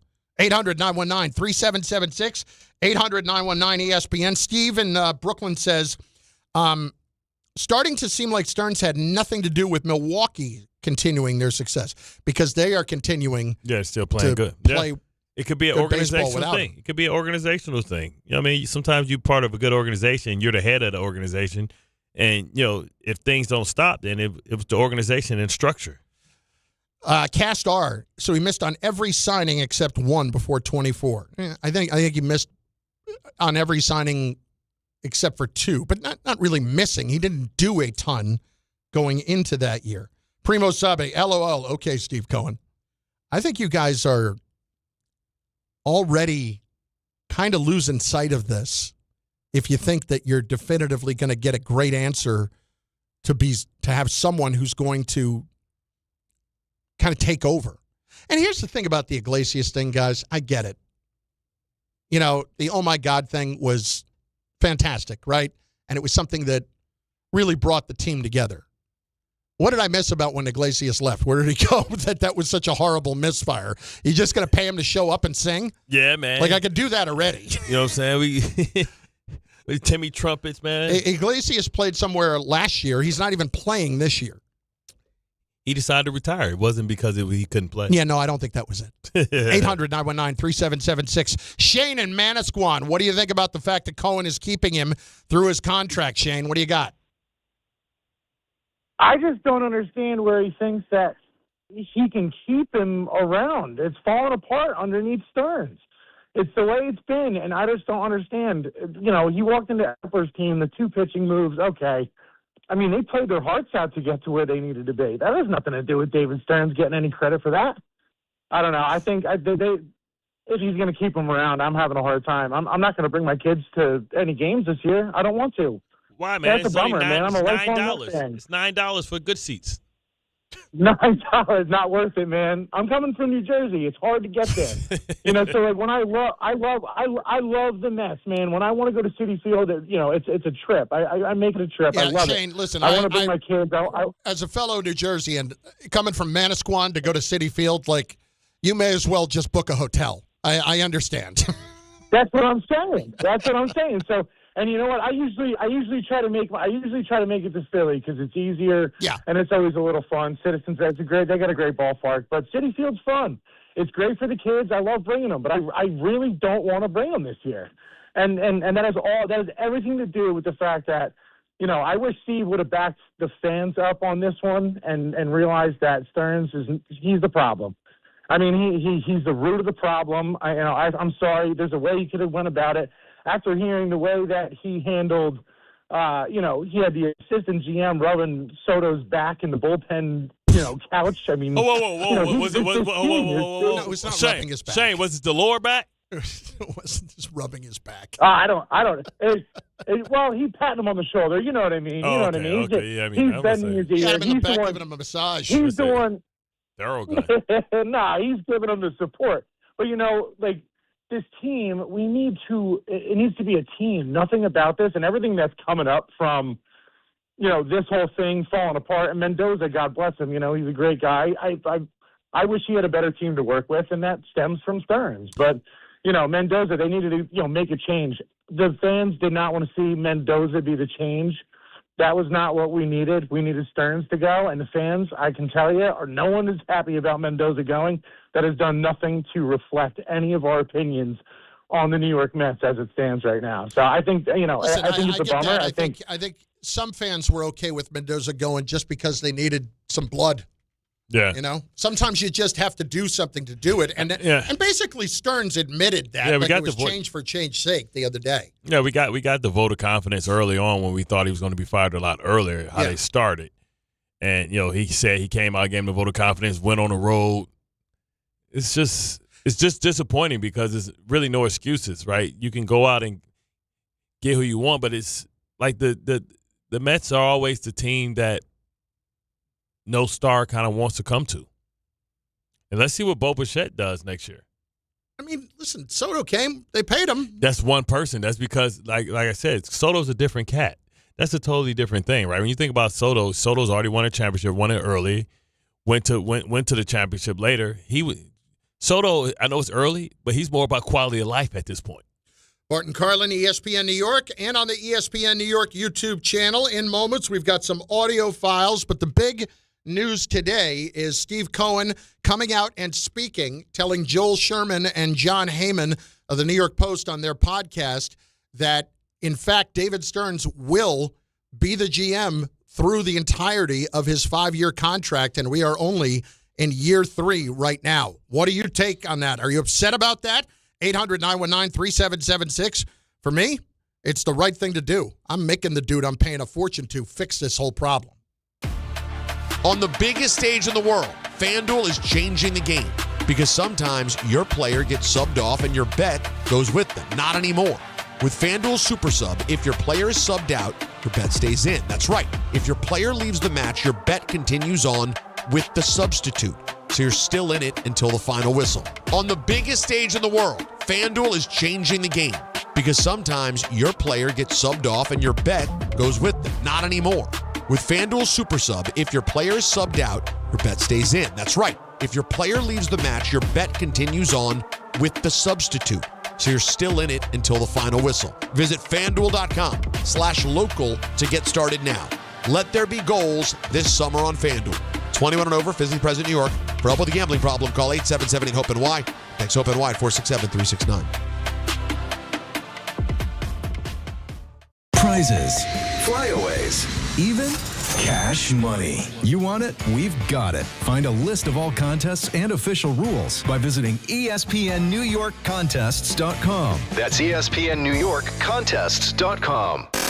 This is the Michael K. Show. I'm not quite sure how you blame Boone for this, and how do you blame Cashman for it? Could anybody have actually predicted that Aaron Judge was going to get hurt and be out 3 months? He's incredibly important to this team. But I will tell you this, you should be upset. They're playing like garbage right now. Because as bad as the injuries are, they shouldn't be this bad. Because they are bad on an embarrassing level now. The Michael K. Show, weekdays at 1 on ESPN New York and streaming live on YouTube.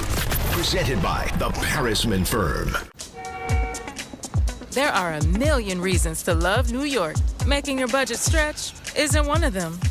According to an independent study, Amazon prices average 14% lower than other retailers.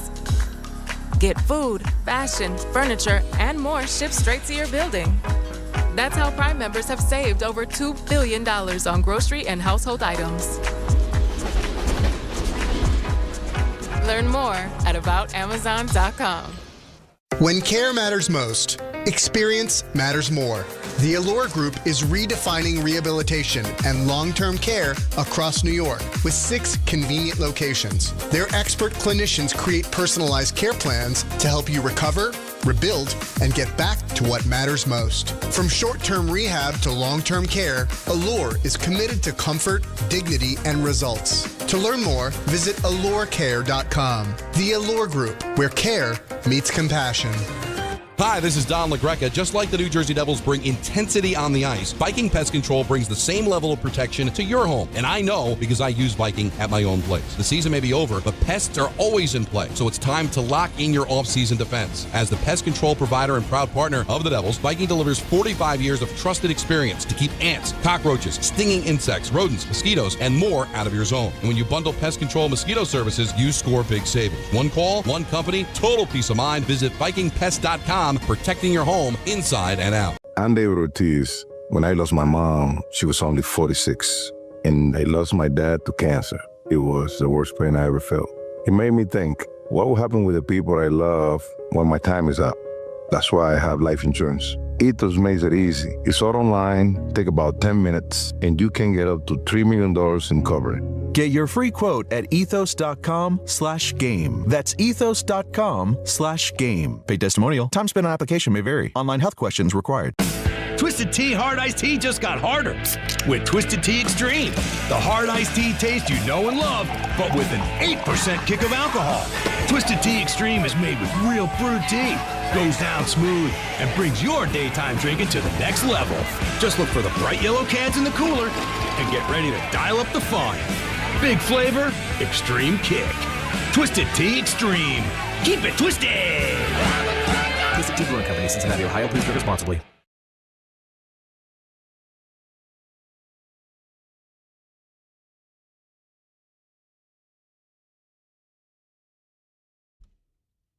Bart Carlin, ESPN New York. ESPN New York YouTube channel. 800-919-3776. 800-919-ESPN. Listen,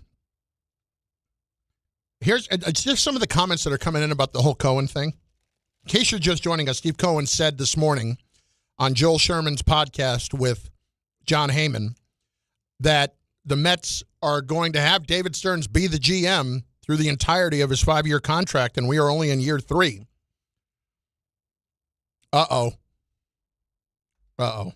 Don't do Can't it. wait. Don't do Can't it. wait. Can't wait.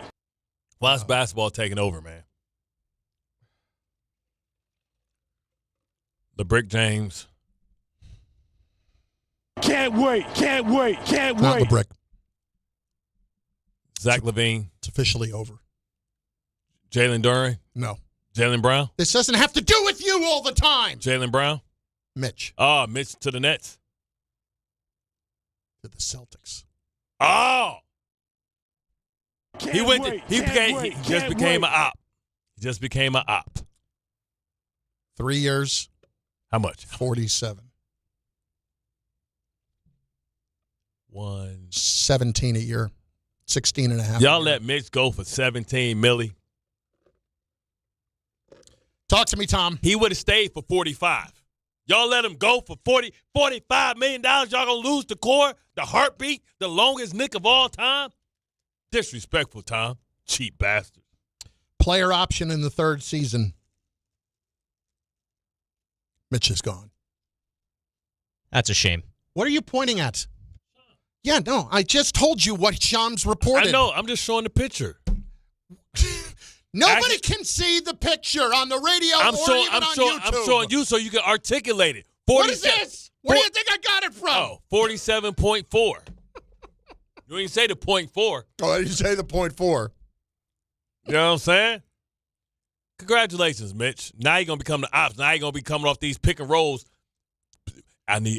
Mitch, I need you to put Brunson down. All right, Mitch gets a video, clearly, right? He better. I mean, Huck Porty's probably going to get a video, let's be honest.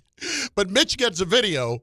But does Mitch, the first time he comes to the Garden, get booed for joining the Celtics? If he had gone somewhere else, would he have not gotten booed? I don't think he's getting booed. You know what this is like? This is like when Ray Allen left the Celtics and went to the Heat. They still don't talk to him. Ray makes a great point. He's definitely getting fouled. We know that. But that's the thing. What if he put Brunson down? Then he's getting booed. When I went against Ray Rice, remember I threw the football at the back of his head before the game. We had about to have a big fight before. Yeah, I know. And I tried to take Ray Rice's head off. That's my boy. He go put Brunson down. I need you to go sweep the leg, Mitch. Oh man, is Boston closing the gap? Now they got. Do they have a cat killer? I know all your moves, cat. See, Boston doesn't do anything for me until I know that. I'm assuming Jaylen Brown's gone. I don't know how they're fixing that. Maybe not. Listen, if they can fix the Jaylen Brown thing, then Boston's a problem. Then there's a problem. Now, I don't want to disrespect Mitch here. See, now you about to come with the but. Did Mitch really have a great postseason? He had the biggest rebound. I can't argue that. He did what he was supposed to do. He served his purpose. Cat went down. He was there to play defense, come in, play his minutes. They're not gonna need him to play a lot. A lot of times he's gonna be like, no, this ain't a good matchup for us. But he's brought in to be the big man that they need. You want to know why they went for Mitch? Because the Williams guy re-signed back with Boston. Robert Williams? Yeah, he re-signed back. Did he go to Boston or did he go back to Portland? He re-signed to Portland. That's what I mean. Yeah. He re-signed with Portland. He used to be in Boston, yeah. Yeah, he re-signed with Portland, so they made the move quickly. Tom, Knick fan, your feelings at the moment. Are you going to burn your Robinson jersey? Well, I was actually thinking about getting a Robinson jersey after this run, and that is never going to happen. Are you going to get a Celtics Robinson jersey? Oh, hell no. I'm not a fraud Celtics fan like Peter Rosenberg is. He can get one if he wants. Is Mitch still going to make money at Fanatics Fest? I'm sure Mitch will do fine.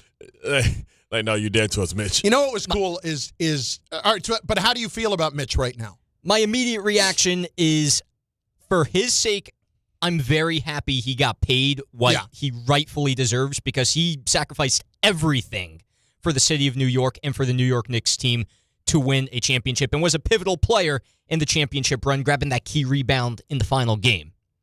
That said, now I kind of got to look at it as the past is the past. You just joined one of the Knicks' public enemies. Mm-hmm. I'm not happy about that right now. Nobody appreciates you like an opponent. This is equivalent for you, Chris, to Patrick Queen leaving the Ravens and going to Pittsburgh. Yeah. No, I understand that. These fighting words. They understand. They get how much of a help Mitch can be to them to win. Yeah. No doubt. But 15.5 a year roughly. So basically they would have been able to get that. He made 13 a year before. Oh, Walker Kessler to the Lakers. Yeah, they got their big man. Unprotected first-round picks in 31 and 33 and first-round swaps. We trading 6 years. The Lakers will give Kessler 4 years and $130 million. You know, he was the odd man out, right? Because he was going to come off the bench. He's like 7'2" as well. Mm-hmm. And, you know, Luka Doncic said, hey, this is important for him to get – he want a big-time center. Yep. And they went out and got Luka's big-time center. Well, LeBron going to sign with Golden State now. Oh, y'all trying to be funny? Y'all giving out 130? All right. I'm staying in the conference. No, here's the thing. The Mitch thing hurts. The Mitch thing hurts. At that number, I thought Mitch might get close to 20. That number makes it hurt a little bit more. Yes. That it only ends up at like 15.8. Right. He's basically asking for a $2 million a year raise from what he made last year. This past year. Right. He's asking for a $2 million raise. And Cole and our boy Dolan didn't want to go in the second apron. For $2 million a year. More. Go ahead and cry, Tom. I hear you crying, Tom. Here's was Mitch not worth $2 million raise? No, he's worth that. But now here's the philosophical question. You also have to look at the fact that Mitch is always hurt. Yes. So what? But he's always there when you need him. He's always there when you need him. Cloud your judgment. He's always there when you need him. John Carlo's always hurt, but when it comes to playoff time, you need him. Here's a philosophical question I want to ask James Dolan right now. Is going into the second apron worth it to you if it means keeping Mitchell Robinson now off possibly your biggest threat in the Eastern Conference at this moment? Here's the thing. If I'm Dolan, it doesn't bother me all that much that he's in Boston because I still don't know what they got going on up there. Okay, let me tell you something. They are not – if I can confidently say this, Bart. Okay. If Jaylen Brown is not a Celtic, they will be a worse team next year. Okay. But if he is, and all them damn threes that be clanking off, who's the best offensive rebounder in basketball? Mitch. So that means they're going to get double shots. They're going to get about an extra 5 shots at those threes that they be missing. What makes me think that they can solve the Jaylen Brown, Jason Tatum situation there? I mean, they have left him out to dry. You want to know what? What can? Money. Well, but you know what? We'll go he's ahead. already getting paid. We'll go ahead and but he's eligible for the extension, $70 million. Okay, we'll give you the 2 years, $140. Don't worry. We're sorry. Tom, what'd you say? We're sorry. I said now you're down Huck Porty. Now you're down Mitch. Where do you turn to as your backup center? Well, you have to go and get one, obviously. You either have to And hope then how much you somebody gonna pay develops him? into it. Well, not that much. I read my list. No, listen. Let me We see talked my about list. this with Let's Bobby see my Marks list the other already. day. Yeah. That I got my list. And he felt like that Mitch was the most replaceable or most easily replaceable of the group. Yeah, don't worry. 7-footers are everywhere that can play on the pick and roll in a great offensive rebound. You're right. No worries. They grow on trees. It's 15 to 18 minutes a game. Can we not? It's not how much time it is a game. It's how important those 15 minutes are. Here's the other thing. When you hang on to the guys who are these kind of players, and they've already kept one of them in Shamet, they obviously deem Shamet more important than Mitch. That's very clear. And Shamet was not even somebody that was on a big contract before this. But they wanted to pay him the money that they did, the $6 million a year, as opposed to paying Mitch the $15 a year for really 3 years. But it's 2 because Mitch has an opt out after year 2. Right. So 2 years, $30 million. Okay, you're down to Yasvez Misi, Musa Diabite, Kevon Looney, Nick Richards, Goga Baptiste. No, I said that wrong. I said it like it was Haitian, Baptiste. It's Bedides? Yes, you saw me the Bedadzi. I don't know. Oh, yeah, close enough. I'm not sure how to pronounce it. Budadada. Point is, Mitch is gone, and I get the feeling that most Knick fans feel probably, not just because you won the championship, feel differently about losing Mitch today than maybe you did or would have a couple of months ago before he hurt his hand.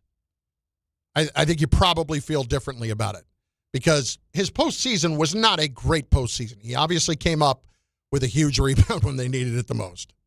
So, your reaction to Mitch being gone, 800-919-3776. Your reaction to Steve Cohen and the fact that he says David Stearns is staying through his entire contract. All of that on the table, 800-919-3776. Also, over on the ESPN New York YouTube channel. Line them up. The lines are open right now. ESPN New York Beach Bash is back, and it's tomorrow. Bar A, Lake Como, New Jersey. Head down to the Jersey Shore. Join the Michael K. Show and Don Hahn and Rosenberg live starting at 1 p.m. And you've got an appearance by DiPietro Rothenberg, Bart, and myself. We're going to have plenty of giveaways for fans in attendance. We've got a soccer watch party. And then this is, I'm not going to lie, this is a little bit of a questionable event at the moment. The chance to test your skills by trying to kick a soccer ball past Rick DiPietro. Rick apparently is injured. And Rick is injured. Rick is injured. I don't know how he got injured. He slipped off the deck with his mojito in St. Bart's. Well, it's July 1st, so Rick, he did hurt his back. He may have hurt his back on the way to the bank. It is July 1st. That is true. Even though he wants us all to remember that he does not get paid in a lump sum every July 1st like Bobby Bonilla. He gets it every 2 weeks, like every other American. Gotcha. With their no-show jobs. It's a little rough to call it a no-show job. I don't know. It's not showing. Call Rick, baby Mendoza. Anyway, point is, Rick is injured, so we'll see about the trying to kick a soccer ball past him. You might get called into relief duty, though, cowboy. Yeah, that's right. The white Black man, Hashik. the white man takes a day off. They want the black man to come fill in. Way to go. That's too hot. You black guys are used to that heat. Don't worry about it. You can handle it. Make sure you bring your sneakers. Plus, music from Surfing for Daisy, who will be playing an hour before and after the shows. It's all brought to you by Spike Dade, Boost Mobile, Miller Lite, Fanatics Fest NYC, and New Jersey Lottery. You must be at least 21 years of age to enter. Lines open. Let's go. 800-919-3776. Mitchell Robinson is a Celtic. David Stearns isn't going anywhere, and he's going to be the GM through the entirety of his contract. Get on the phone lines now. Bart Carlin, ESPN New York. The New York Knicks, world champions. Finally. Next stop, the Canyon of Heroes. The New York Knicks are NBA champions. Enjoy it, Knicks fan. Enjoy it, Knicks Nation. Signed, sealed, and delivered, your 2026 New York Knicks. ESPN New York is your home for the world champion New York Knicks. If you're heading into summer without a medical emergency kit, you're taking a risk most people don't think about until it's too late. Summer colds linger and can turn into sinus infections that last for weeks. Getting sick right now before vacation can derail everything. And when you're traveling, finding a doctor and pharmacy is stressful. That's why I ordered a medical emergency kit. It's like having urgent care and a pharmacy right at home. It includes essential prescriptions like amoxicillin and generic Z-Pak to treat a wide range of common and serious illnesses. So if you wake up sick at home or on the road, you already have what you need. No waiting for your doctor, no hours at urgent care, no pharmacy lines, no copays. Just match your symptoms to the right prescription in your guidebook or call their telemedicine doctor standing by. Start on your meds sooner and feel better faster. Every home needs at least one medical emergency kit. Order yours online in minutes and it's shipped to your door. And save $45 with my promo code 880 at urgentcarekit.com/880. That's promo code 880 at urgentcarekit.com/880. Hey, New York and New Jersey, Boost Mobile has an unlimited talk, text, and data plan that's only $25 a month forever, meaning you'll only ever pay $25 a month for the rest of your life. Who wouldn't want unlimited wireless when it only costs $25 a month forever? If you don't, you must be one of those people who enjoy overpaying for their phone plan. $25 a month forever is truly as good as it gets, so go online and switch now at boostmobile.com. After 30 gigabytes, customers may experience slower speeds. Customers will pay $25 a month as long as they remain active on the Boost Mobile Unlimited plan. New York City, get ready as Fanatics Fest returns to the Javits Center July 16th through the 19th, right in the middle of the biggest sports weekend of the summer. With more than 500 athletes and celebrities, every major league, and hundreds of thousands of fans for the ultimate sports fan experience. Get your exclusive merch, rare trading cards, free photo ops, and a full tailgate zone all weekend long. Grab your tickets before they're gone at fanaticsfest.com. Monkey Sports, built by players for players, is your one-stop shop for hockey, baseball, lacrosse, and more. Find top-name equipment and expert in-store services like sharpening, break-ins, and relacing. Shop in-store at Monkey Sports in Farmingdale or Woodbridge, or online for all the top brands. Whatever your sports, Monkey Sports gets you game ready fast. Monkey Sports, where athletes shop. This is a special notice to U.S. taxpayers owing $10,000 or more to the IRS. Tax Relief Advocates is urgently notifying taxpayers that tax relief initiatives are now available that may significantly reduce or eliminate what you owe. If you're afraid of an IRS lien, levy, or wage garnishment, don't lose hope. You can now take advantage of these current relief programs to end all collections, reduce the amount you owe, and resolve your tax problem. Even if you have years of unfiled tax returns or are already in a payment plan, you may still qualify for significant relief. Struggling taxpayers can now get relief they need during these hard economic times. A hotline has been established by Tax Relief Advocates for you to call and see what you qualify for. They are A+ rated with the BBB and have over 1,000 5-star reviews. Don't wait. Call 800-575-9087, 800-575-9087. That's 800-575-9087, or simply visit TRA.com. This is the Michael K. Show. I'm not quite sure how you blame Boone for this, and how do you blame Cashman for it? Could anybody have actually predicted that Aaron Judge was going to get hurt and be out 3 months? He's incredibly important to this team. But I will tell you this, you should be upset. They're playing like garbage right now, because as bad as the injuries are, they shouldn't be this bad, because they are bad on an embarrassing level now. The Michael K. Show, weekdays at 1 on ESPN New York and streaming live on YouTube. Presented by the Parisman Firm.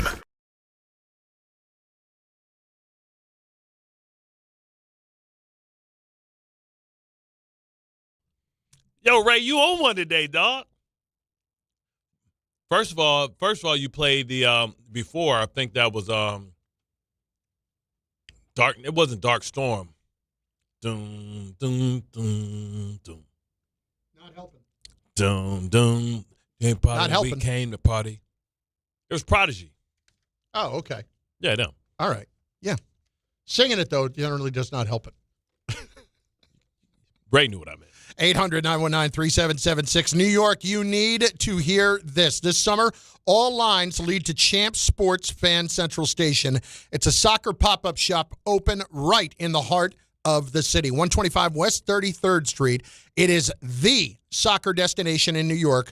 Jerseys for every national team you ride with, USA, Mexico, Argentina, Brazil, and way more, all under one roof. If you want to gear up, rep your country, and feel the energy of the city, Champ Sports Fan Central Station, 125 West 33rd Street. That is where you need to be. And for all you Knicks fans, they've got your championship gear to celebrate your team's first title in 53 years as well. 800-919-3776. I want to hear a little bit of Steve Cohen on the podcast called The Show with John Heyman and Joel Sherman. Here he is on David Stern's job status. Listen, I'm in my conversations with him. He's incredibly thorough. You know, there aren't answers that I walk away and say, oh, you know, I don't agree with that, or being pretty buttoned down and knows what he's talking about, okay? We're 2.5 years into a contract. Everyone forgets, does he get any credit for 24? Does that not count? We almost made it to the World Series, and that was just 2 years ago. So it's a mixed record, okay? I mean, I'm not going to say it's going great, but it's too early to really make evaluations. And I feel really strongly that if we're going to burn and churn, that's a terrible place to be. And every time you burn and churn, that guess what? The next time, nobody wants to come. Is someone going to put their career in your hands if you're going to be, you know, short-term oriented? And yeah, I have a contract. It's a 5-year contract, and we're going to live that contract out. Okay, so that's one. Here he is about staying through the whole contract. I'm going forward with David as our leader. Listen, there's no guarantees in anything. Okay, I'm going to evaluate this as we go along. And listen, David knows that it hasn't worked out the way he thought it would work out, the way I thought it would work out. He'd be the first one to admit that he's made some mistakes. And this is a guy who's reflective. You know, what am I looking for? I'm looking for someone when things are going great. Hey, it's easy. When things aren't going great, you know, are you reflective? Are you adaptable? Are you flexible? I believe David is, and I hear it. And we'll figure out what changes that need to be made. But the change that's not going to be made is, you know, moving David out at this point. I'm just not going to do it. Listen, I don't have a problem with it. And he might be saying this now, and this does not sound like the vote of confidence. This is what I'm doing. I believe. Today. It better be today because. You think at the end of the year there's a chance he gets fired? I don't. No. Because listen, to your point, if not him, then who? Right? You always have to evaluate that. If not him, then who? But what I'm saying is, what I don't like is the logic that he used for Stearns. How do you not use that same logic for Mendoza? Or is it just simply because you had to one give guy the made fans $50 million a year? One guy made $50 million. One guy made $4.5. And Yeah. the manager is seen as a lot more expendable these days than the GM.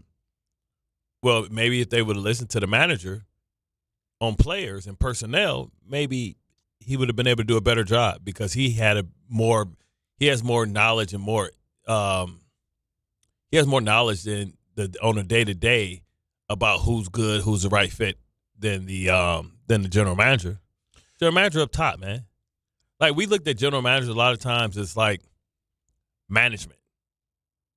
Like, the manager knows more about the team than anybody. Mm-hmm. He's on the front line. Well, I'm just saying, if you're going to be patient and say, look, we did this and we're gonna fight our way out together, then he should apply that same thing to Mendoza. See, I have no problem with this because if I'm going to pay him this money, I'm not going to pay him to take a 2-year vacation after this. You know, you put us in this spot.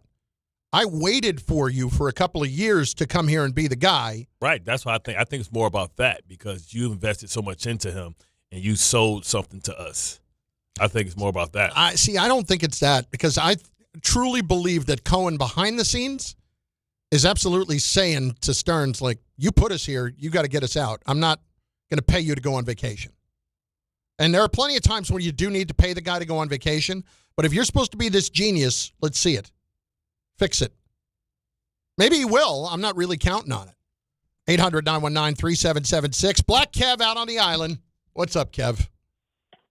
Hey, what's going on, Chris? Sorry to hear about the Mets, but right now, I kind of don't give a rat. The Rats took us about that. Still basking in the glow of Knicks championships. Nah, man. Oh, yeah, orange and blue skies always. Listen, I have a theory. Before y'all can knock it down all you want, but I firmly believe that that Jim Dolan, I have a feeling he's going through some Jerry Jonesisms right now. I think that he looks at it like he doesn't get enough recognition for the championship that we've gotten. That too much of the credit goes to Leon Rose and Worldwide West and Jalen Brunson and the fellas there. So his thing when he goes and he says, "I'm not going into the second apron," the question is why? You go back with the same crew and then you worry about the second apron next year. The Cablevision prices that we have out here on the island, please give me a break. That man makes money hand over. All right, first of all, they don't own that anymore. They don't own that anymore. Oh, really? I don't believe the Madison Square Garden, I think, is separate from Cablevision now. Some Cablevision? Yeah, but he still owns Cablevision. I'm not. He let me make still sure owns about Cablevision. that. Yeah. But just real quick, I don't want to go on. But the whole thing about it, though, is that I feel, and this is just my theory, that he looks at it like, all right, guys, you know what? Y'all have gotten so much publicity, so much pub for what has taken place.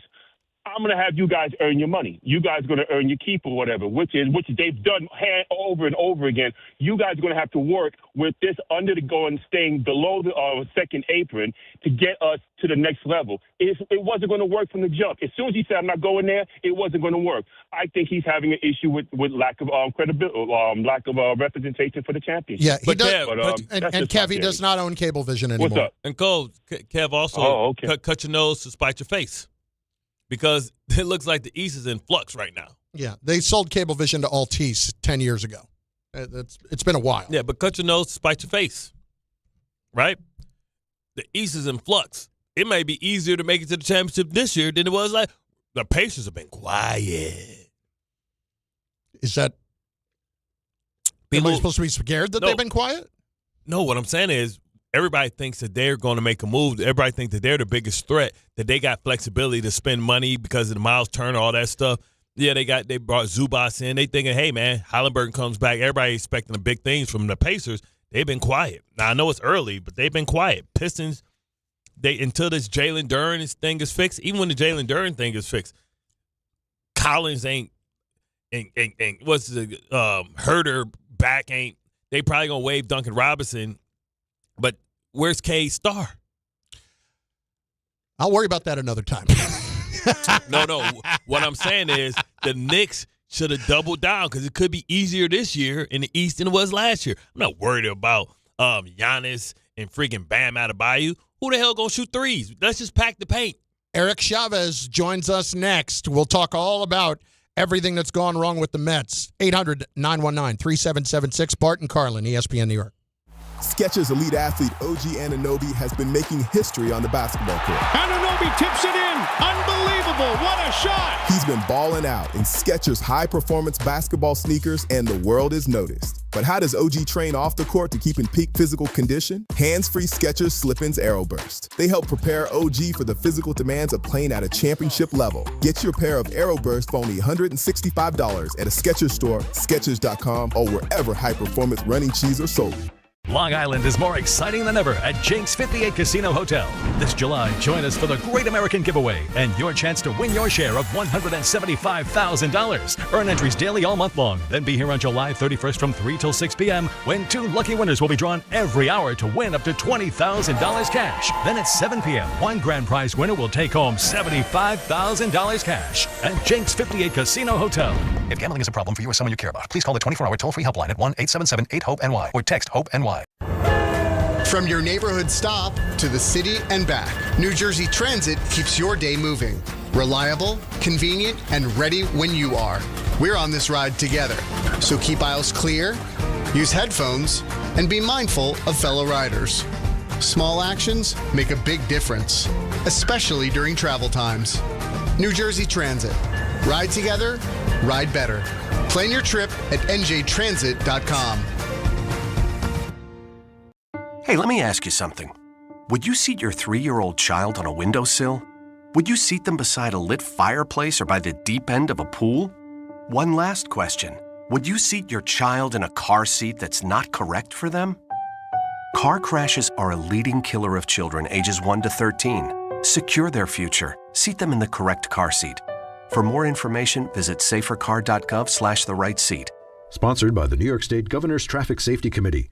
My name is Whitney Allen, and I'm a widow. My husband, Ryan, died. We never thought we'd ever have to use life insurance, but the unexpected happened. With Ethos, signing up was fast and 100% online. You can get a quote in seconds, apply in minutes, and get same-day coverage. No medical exams, and you can get up to $3 million worth of coverage. I'm grateful we were prepared. Get your free quote at ethos.com/play. That's ethos.com/play. Paid spokesperson. Time spent on application may vary. Online health questions required. In my world, you're always sorting through information, trying to find what matters most fast. Well, if you're hiring, you can now review all these resumes and applications faster thanks to ZipRecruiter. ZipRecruiter has a new feature that instantly shows you the most interested, qualified candidates first. ZipRecruiter's matching technology finds qualified candidates quickly. And with ZipRecruiter's new feature, qualified candidates show up at the top of your list. Try it for free at ZipRecruiter.com/sports. Meet your match on ZipRecruiter. 880 ESPN, WHSQ, and WCBS-FM HD2, New York. A Good Karma Brands radio station.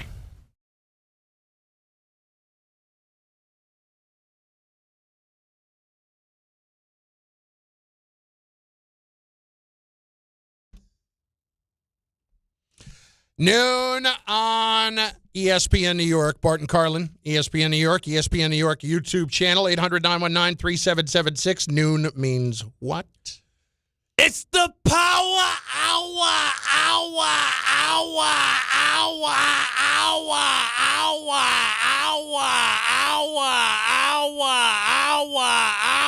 Where we honor all contracts to the end. Well, apparently so. Eric Chavez is the former Met hitting coach, former Met bench coach. He, of course, longtime Oakland, a terrific player in his own right. And he's got his podcast, the EC3 podcast, available YouTube, wherever you get all of your podcasts. And he joins us right now. Had some interesting comments the other day after the firing of Carlos Mendoza. Eric, it's Chris Carlin and Bart Scott, the former Jet here in New York. How you doing?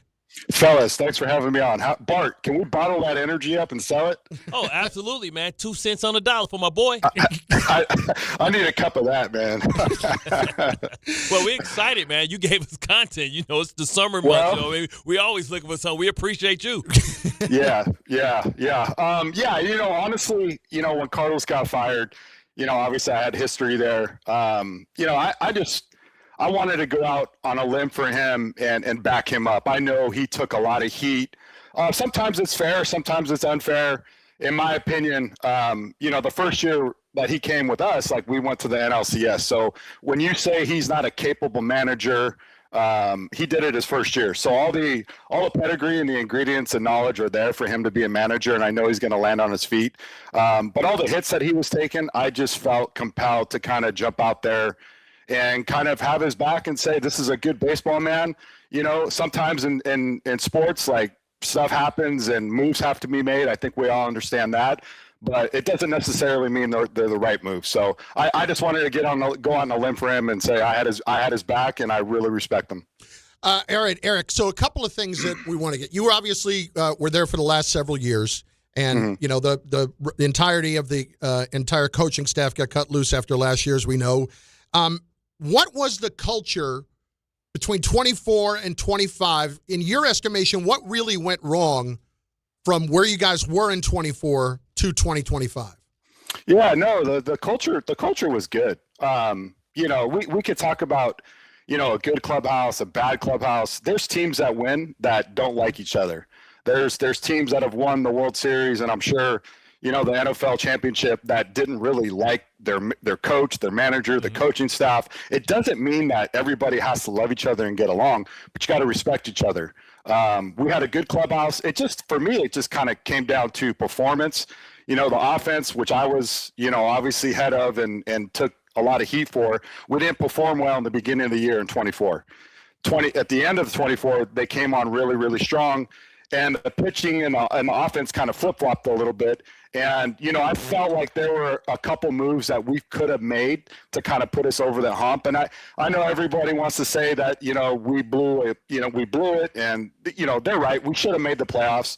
But I do feel, honestly, like if one or two moves, critical moves, either to the pitching staff to add a starting pitcher and somebody in the bullpen, that the offense was starting to roll, and that if we would have gotten to the playoffs, I'm not saying we would have gone deep and make a huge run, but we would have been a team that people didn't want to play, and unfortunately those moves didn't happen. Okay, so your comments the other day were extremely critical of David Stearns, but I will say even in some spots you actually gave him some credit for some things. So lay it out for me with David Stearns. Why is he, as you have called him, not the right man to be leading the Mets? Well, I meant the proof is in the pudding. Like I said, the first year we went to the NLCS, he kind of adopted that team from Billy Epler, who built that team. That was kind of his mark on that team. We had opportunities in 24, like I said. I think one of the kind of, big things that we missed were, not being too afraid of holding on to young pieces that, you have to take a gamble sometimes, right? And in New York, if you have an opportunity to make a playoffs and you got a chance to make a big move, and you might get rid of a young player that comes back and has a great career and it kind of hurts. I just felt like, the farm system was really deep. We could have moved a player to a young player, maybe that you didn't want to acquire some starting pitching or bullpen help, and it really would have bolstered our lineup. But yeah, the moves just haven't really panned out. And I think my big argument, with David has been, he was tabbed right away. It sounded like Cohen wanted him from years back, and he built a real good farm system in Milwaukee. But I think in baseball, we are super quick to award people, whether it's a young player, this guy's the next Alex Rodriguez or whatever it is, without anybody accomplishing things. And, the contract that David got for me was, oh, well, that's interesting. Like, what has he accomplished? And I'll reference Theo Epstein. Like, Theo Epstein took two teams, the Cubs and the Red Sox, that were starving for a championship. That is a proven commodity, right? That guy has whatever it is, that he understands what it takes to build a winner from within the minor league system, drafting, how he's treating people, everything, getting the right pieces in the clubhouse, and understanding that the right personalities in a clubhouse, they go a very, very long way.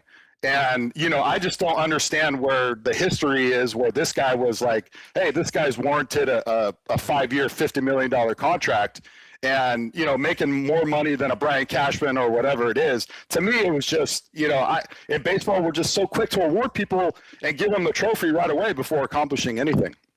We talk about, expectations, but, how did letting the core last year go maybe affect the chemistry of this team, here? Because like you said, the moves that they made this year hasn't really worked out. Yeah, massive. I mean, you spend money, and that doesn't guarantee that you're gonna put a winner on the field. And baseball, I can't speak about other sports and the NBA and the NFL. I don't know the clubhouse dynamic, but I know with baseball, it takes a full roster. It takes pitchers from the minor leagues. You always have injuries, but it takes a lot of depth and a lot of people, and to get rid of, but you got to have that core structure, and I think the Yankees of the 98s and early 2000s have kind of proved that, but even the Red Sox with Ortiz and Manny, Schilling, the Diamondbacks when they won, you have a good core of players, and you kind of mix and match around that. You add pieces, you subtract pieces where they need be. Like this team was, it had momentum, right? Cohen came in, he's willing to spend money. Obviously, I think fans will say, well, they never won anything. But there's only one winner every year, and you just want an opportunity to go to the playoffs. Even though we didn't make the playoffs the year before, we had an opportunity to. We just weren't able to cash in on it. And I think with the core guys that we had, losing Diaz, I don't think you needed to blow that whole thing up. It's just not how you do it. And then you get rid of the whole coaching staff. And again, this is in my defense of good quality baseball people. And analytics has come in and it's overwhelmed the sport, and it's kind of kicked out. It's kind of kicked out the heart and soul of people that have put boots on the ground, that put a lot of hours and years, 20 years plus in the minor leagues, that actually, earn their spots in a big league uniform. And now we're hiring people with zero experience, which that's another defense of mine. It's like, I don't understand how $1 billion corporations can make moves and hire people with zero experience in what you need them to do. Like, you don't learn at the job at the big league level. Like, that's not, for me, that's not a winning ingredient. So there's a lot of things that are perplexing. There's a lot of good things in the game. Like the talent in the game is extremely good. I just think we need to kind of, I saw Posada's, I don't know if you guys saw his kind of comments yesterday where he said it's, the game's trash and it's unbearable to watch. I don't feel that way. I feel like, a little bit of balance and kind of maneuvering things and putting them in the right position. And the game's super popular. From a financial standpoint, from viewership, the game's extremely popular right now. And I just think there's some tweaks here and there that could really help out and improve this game. To answer your question about other sports, some of the best teams I've ever been on wasn't the most talented, and I think the Knicks represent that as well. Sometimes the whole is greater than the sum of its parts. But I wanted to ask you about the acquisition of Juan Soto and what did that change in the locker room as far as expectations? Because I felt like last year this team played really tight and coming into the season getting what people would think the number one free agent, but the expectations that come with acquiring a Juan Soto. Yeah, no, as soon as we made that move, I looked at my wife and I said, this is going to be really, really good or really, really bad. And it ended up, being kind of bad for the coaches. But, to be honest with you, that was, I know Juan, the last thing I wanted with this was for Juan to have any type of, have to answer any questions about last year's done with. When I came out and spoke, if I'm going to make accusations and if I'm going to make statements, I have to back up certain situations that happened that I saw along the way for me to say these things. It had nothing to do with Juan. Let's be very clear. Like Juan, anybody would want Juan. There are multiple teams offering him 15 years. Anytime you add a player of that caliber, it's only an addition. Like, good players are everybody wants them in the lineup. So it was not an indictment on Juan. For me, it was more of from a leadership standpoint. I think I brought up some situations. I love Juan. Juan's a great guy. Juan's a great person. He's a proven asset. He's already won a World Series. He's accomplished so many things in his young career. He doesn't have to answer any questions. Like, for me, I was kind of directing these situations from leadership up top. And kind of some of the issues that we have going on with, analytics has just taken over the game. Like, I would like to see a shift where there's, I'm not saying analytics are going to be here forever. The numbers are the numbers. I've never argued against analytics. I just think how we use them and where they're positioned, it needs to change a little bit. Like, let's have them as influence and not as Bible. And right now, kind of analytics is kind of taking over the whole sum. Eric Chavez is with us, the former Met bench coach and hitting coach. The EC3 podcast, you can get it anywhere. You get your podcast. You made the comments regarding David Stearns the other day. So let's go specifically into that for a second. So you cited with Soto last year, had the adjustment period. We all know that. And was going back into the batting cage underneath in between innings and would have an assistant GM basically sitting with him on a couch back there. And that's not the greatest thing in the world for the culture of what's going on. So I'll play devil's advocate for a moment. How much of Carlos needs to get involved in that as the manager, or is he being undermined when an assistant GM is sitting there next to Juan? Yeah, it's just an unfortunate situation. I thought, from an organizational standpoint, right, you're trying to build culture, you're trying to make a statement, you want to do things right. You want to make sure that clubhouse is operating the way it's supposed to be operating. Carlos is managing the game. He's got too many other things that are going on where his concentration, and listen, I know Carlos had so many team meeting, like Carlos had an open door policy. He talked with these guys consistently. Communication was there. Everything with Carlos and the players was just fine. I just thought from a leadership standpoint that you had a person in the organization that is holding a hat that has a lot of influence. And, and for me, like if I was a player and I was, kind of in my career, I would have said something. Right. But it wasn't my place. And there was a perfect opportunity for somebody of influence to kind of say, hey, this is not how we do things. Right. We're going to build this infrastructure and structure and do things the right way. And sometimes you have to challenge the best player. Sometimes that has to happen. In a perfect world, you never have to do that. The best players kind of set the example, the Jeters, the way they go about their business, the way they handle themselves off the field. Hopefully they have that ingrained in them already. But, I just thought it was a really good opportunity to make a statement to the team and everybody and say, hey, this is not how we're going to do this. And I guarantee you, and this is what bugs me, is like Juan would have responded to that so well. Like he would have gone out there and been like, you know what, you're right. And it was never said. And that kind of influence, and I saw this throughout the year and the rest of the year, where guys were kind of doing that. And once you've allowed your best player to do something, now you set the precedent. And other young players are watching this and going, well, this must be the way it is. And that didn't sit well with me. And like I said, my big concern and David Stearns' response to me was, when I brought it up to him, they have to know that they're not Juan Soto. And right there just kind of let me know there is a lack of accountability. Like I said, at some point you have to be able to address your best players in the room and challenge them. And I guarantee you most of these players that are at that level are going to respond in the right way. Okay, so it's interesting here to me, Eric, because when we talk about analytics, we talk about Stearns and all this stuff, is all of the stuff that is the culture type stuff, that kind of instance, is all of that by a guy like Stearns just overlooked? And I'm just looking at the numbers, and the numbers are going to dictate everything, and I don't worry about all the other personal interactions that are important to success. Yeah, I mean, it's definitely a piece of it, and I wouldn't have brought that up without, I don't know if you guys heard when I heard your whole podcast this morning. Yeah, I heard the entirety of it, and you're talking about a few different instances. So please elaborate on what those were. Well, I mean, I'm going to take that instance back to, my experience with Billy Beane when I was with Oakland. And, I kind of had a double play ball. I was on first. I veered off. And during the game, I saw him walking down. I'm going to the dugout. He goes, come here.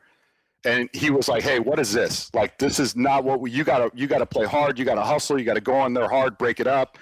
And he referenced Derek Jeter, and he goes, Derek Jeter, multiple World Series champion, runs hard every single. And if you watch Derek play, you knew that he played hard every single play, everything he had, he left on the field. And after the game, Billy showed me some video of him doing that. And when he told me that, I was, I didn't love it. I didn't love hearing about it. I'm like, oh, okay. Like, it was a routine double play. I wasn't going to break it up. But, I thought about it during the game. And then when he showed me the video, it really sat home with me. And it influenced the way I played the game and went about it just by that little instance. Now, to me, right, he could have easily have just looked that over. Oh, he didn't go in hard. But he felt compelled at that moment to kind of take a stand. If our organization is going to be what it is, the best players need to show up and do what we expect them to do. And I just, like I said, I thought that was a missed opportunity in that moment. I think people see how accomplished Juan Soto is and how great he is, but they forget that he's young. And when you win a World Series that early, you're a passenger. You're not the leader, right? Right. And sometimes you have to teach guys how to lead. Like I said, I played with one of the greatest leaders of all time, in Ray Lewis, and he took more notes than anybody, almost like he didn't know the defense when he pretty much created it. So he was always held accountable. So when you hold him accountable and you make him do the right things, it subconsciously makes everybody else do it. But I wanted to ask you about, either to confirm or deny, like, the relationship between Lindor and Soto, because I feel like, I don't know if it's real or not, but it's out there, and we're dealing with the Jaylen Brown stuff with the Celtics and Jason Tatum, and it kind of seems similar. Like, are these two guys, they aren't the best of friends, but, how does that dynamic work out in the clubhouse as far as, is it two teams, Team Lindor, Team Soto, or is it just an awkward situation vibing in the clubhouse? Yeah, no, it's just, you got two really big personalities, completely different. Juan's a little quieter, Lindor's a little more vocal, and he's probably the best dressed guy in Major League Baseball, and there's no issue there. You got two leaders. They do it a little bit differently, and that's actually okay, because not everybody's going to love a Lindor. Not everybody's going to love a Juan, but that clubhouse has two individuals that they can look to as leaders, and they do it completely differently.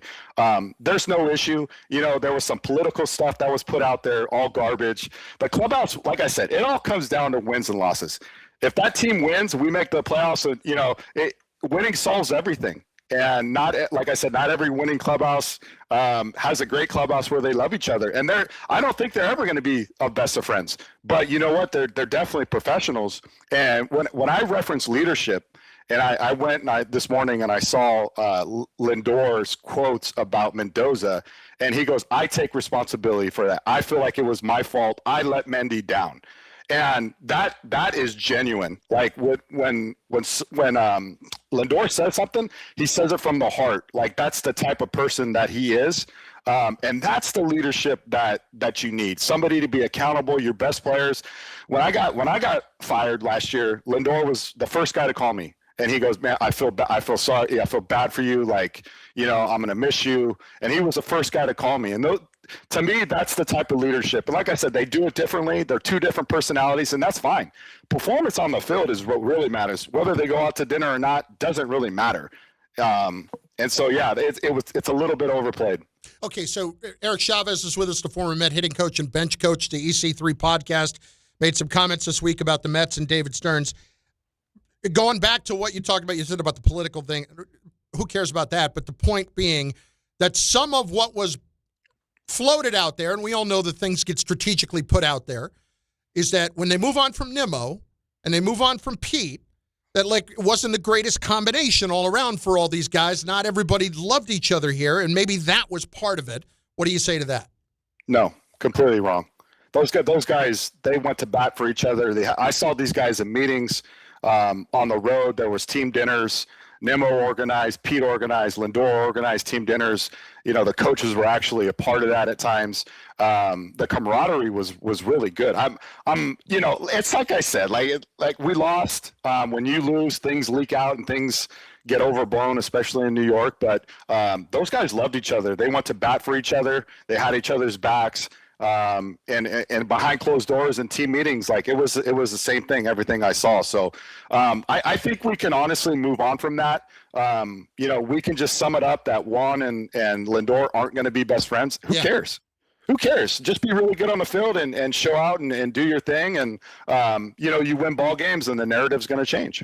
Okay. So Steve Cohen comes out today, this morning, and said within the last hour or so with John Heyman and Joel Sherman on their podcast, David's going to live out his entire 5-year contract. Of course he is. How should Met fans feel about that? It's expected. He's protected by his contract. But should they feel good about that? Because listen, I think Met fans look at Steve, and you have been very supportive of what you've said about Steve because you think he's a great owner. Love him. Met fans look at it and say, well, if he's not getting the job done and this is where we are, what the hell are we paying him for?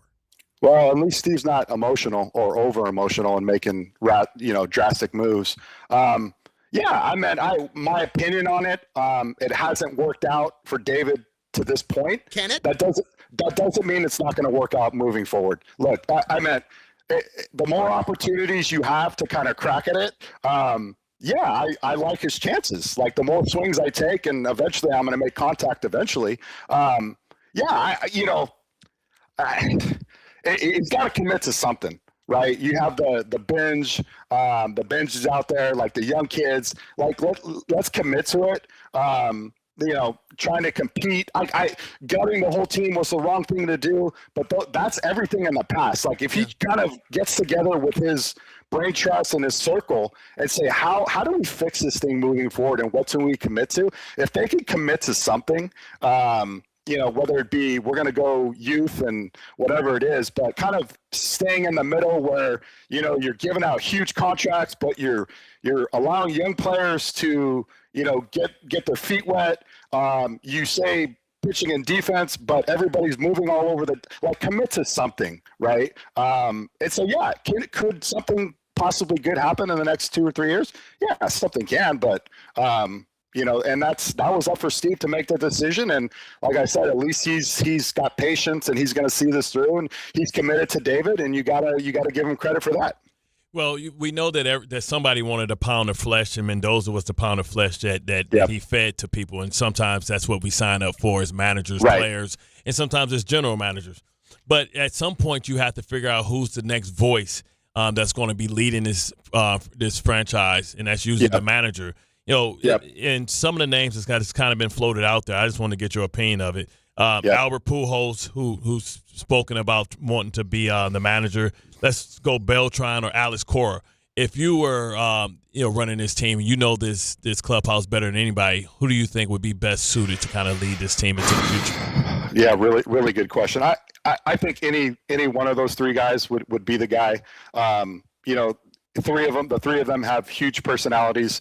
I always have the back of experience. I talk about it a lot. I think it matters. The fact that Cora has had experience and has won a world championship, I think that would be the right fit.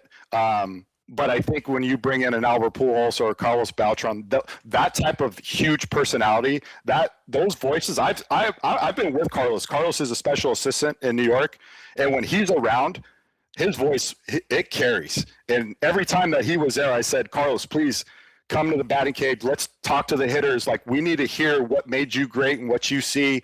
And his voice carries a lot in the locker room. So, is it odd to you at all, Eric, that they didn't make him the guy now? Yeah, very, very odd. I actually mentioned that the other day. I mean, he's there, unless he's got, family, some other commitments. I'm not sure why that wouldn't have been the best fit. At least get him, a couple months of experience. Obviously this season isn't going anywhere. The right pieces aren't there, and they're probably going to start selling off here in the next couple of weeks. So why not, if he may be a part of that equation, why not get him some experience? That would have been really valuable for him. But I think a combination of a Pujols or Beltran or Cora on himself, I think any one of those three guys would be a really good fit. You need a big personality, to get in that clubhouse and have a voice, and those three voices will carry a lot of weight. All right, I got one or two more for you before we let you go. Just lastly on Stearns, the other thing that Steve said this morning was that Steve can react and he's adaptive. You've touched on some of it already. What is Steve, that David needs to? David can be adaptive. So what does David need to adapt? What has to change in what he's doing and leading this team? Yeah, so being adaptive means that's a step moving forward for David, right? Because he hasn't really been adaptive yet. Now he needs to be adaptive. And this is what I was referencing before, like whoever his brain trust is in their team, to get a one clear vision about what they're going to do moving forward. They've been caught in the middle. I know they've wanted to, sign some good players and some short-term contracts, and there's just a lot going on there. But they've got to get together and get committed to, how they're evaluating processes, how they vision putting this team together and commit to that. I think that's what Steve means is, look, it hasn't worked out to this point. Now what? Now what's your next move? Because clearly, if you continue with your processes moving forward, we know from the past that it's not working. So how are we going to adapt and how are we going to get better moving forward? And I think that's what Steve is referencing. Yeah, see, kind of my take on this has been, when we talk about holding guys accountable, it's not always about firing them. And if I'm Steve and I'm paying you this ridiculous amount of money, I'm not going to pay you to go on vacation. I'm going to pay you to fix it. 100%. 100%. And that's why I said he's protected by his contract. And that's like I said, kudos for Steve. There was a lot of conversations, like Steve would show up a lot around the batting cages and down on the field. And I would ask him, how you doing? And he's like, yeah. He's like, this is just life, and you deal with the punches, and you deal with today, and you move forward. And I like I said, tip of my hat to Steve for sticking with him. He's committed to him. He wants to see this thing through. He's going to give him the opportunity to kind of right the ship and get this thing done. And, I said it yesterday. I firmly believe that Steve eventually is going to get his winner. It may or may not be with David. I don't know. Some things definitely need to change and get a little bit better. And hopefully he is adaptive and he makes those changes.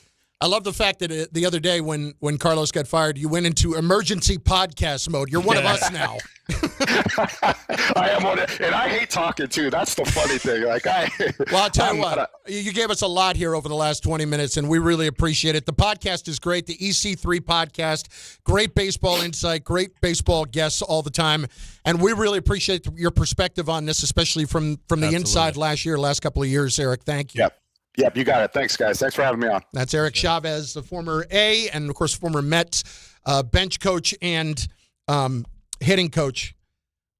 I could talk to that guy every day of the week about baseball. Like, I wouldn't mind talking to him again. Could be our new insider. Yeah, he was fantastic. And listen, it was I think he what he was saying was a little bit more. What's the word I'm looking for? It wasn't as hammering of Stearns as it was the other day, but it still tells you where the problems are. Yeah. And I don't feel like, do you come out of that feeling like it's strictly analytics versus non-analytics guys? I mean, put it like this, okay? What really triggered me was when he said that guy needs to figure out that he's not Juan Soto. That's not how, of course that guy knows he's not Juan Soto, but you have to hold your players accountable. You have to get on your good players more so your younger players don't even think about it. That's a dumb comment. Yeah, that's like, of course they know they're not Juan Soto. Everybody knows what Juan Soto makes. Everybody knows what he's accomplished. But some of the best players are your hardest workers, and they wouldn't even allow or want that. They wouldn't even isolate themselves because this is the thing. It'd be different, right? Everybody knew Ray was Ray. Everybody knew Ed was Ed, right? But the thing was they were able to watch them grow up because, remember, Ray Lewis wasn't Ray Lewis. He cut his teeth with that team. Juan Soto didn't cut his teeth and earn that respect for that team.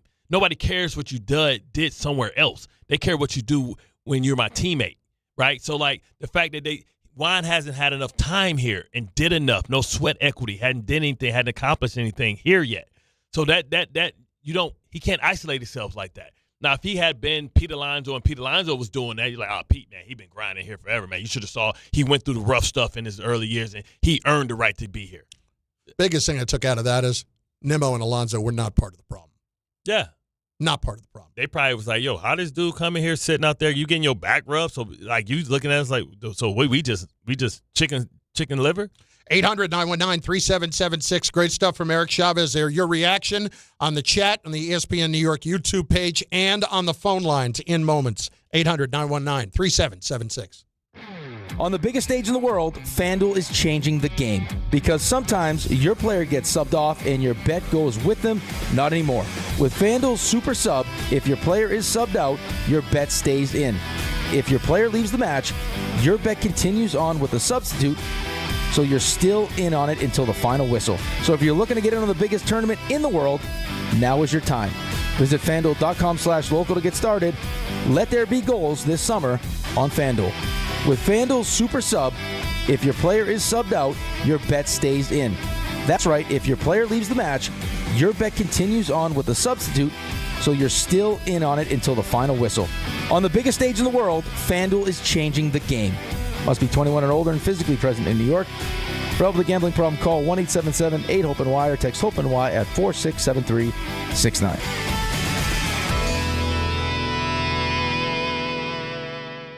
If you're heading into summer without a medical emergency kit, you're taking a risk most people don't think about until it's too late. Summer colds linger and can turn into sinus infections that last for weeks. Getting sick right now before vacation can derail everything. And when you're traveling, finding a doctor and pharmacy is stressful. That's why I ordered a medical emergency kit. It's like having urgent care and a pharmacy right at home. It includes essential prescriptions like amoxicillin and generic Z-Pak to treat a wide range of common and serious illnesses. So if you wake up sick at home or on the road, you already have what you need. No waiting for your doctor, no hours at urgent care, no pharmacy lines, no copays. Just match your symptoms to the right prescription in your guidebook or call their telemedicine doctor standing by. Start on your meds sooner and feel better faster. Every home needs at least one medical emergency kit. Order yours online in minutes and it's shipped to your door. And save $45 with my promo code 880 at urgentcarekit.com/880. That's promo code 880 at urgentcarekit.com/880. Hey, New York and New Jersey, Boost Mobile has an unlimited talk, text, and data plan that's only $25 a month forever, meaning you'll only ever pay $25 a month for the rest of your life. Who wouldn't want unlimited wireless when it only costs $25 a month forever? If you don't, you must be one of those people who enjoy overpaying for their phone plan. $25 a month forever is truly as good as it gets, so go online and switch now at boostmobile.com. After 30 gigabytes, customers may experience slower speeds. Customers will pay $25 a month as long as they remain active on the Boost Mobile Unlimited plan. At City Harvest, we believe no New Yorker has to go hungry. With your help, we're on the road 365 days a year, rescuing over 77 million pounds of nutritious food and delivering it free to millions of New Yorkers, transforming surplus food into sustenance, sustainability, and smiles, rallying thousands of New Yorkers to power a network of nourishment across our city. One day, one meal, and one New Yorker at a time. That's how we feed good. Donate at cityharvest.org. My name is Whitney Allen, and I'm a widow. My husband, Ryan, died. We never thought we'd ever have to use life insurance, but the unexpected happened. With Ethos, signing up was fast and 100% online. You can get a quote in seconds, apply in minutes, and get same-day coverage. No medical exams, and you can get up to $3 million worth of coverage. I'm grateful we were prepared. Get your free quote at ethos.com/play. That's ethos.com/play. Paid spokesperson. Time spent on application may vary. Online health questions required. Hey, it's Rich Eisen for Pella Windows and Doors. Sometimes teams take a timeout to regroup and call the right play. When it comes to your home, Pella Windows and Doors always has the winning game plan. They're not just window and door experts. They're experts at taking care of you and your home. At Pella, they find the products that meet your needs and their experts install them. They do it every day, and that's why your neighbors trust them. Discover why Pella is a trusted choice for homeowners everywhere. Visit Pella.com/Eisen today. That's Pella.com/Eisen.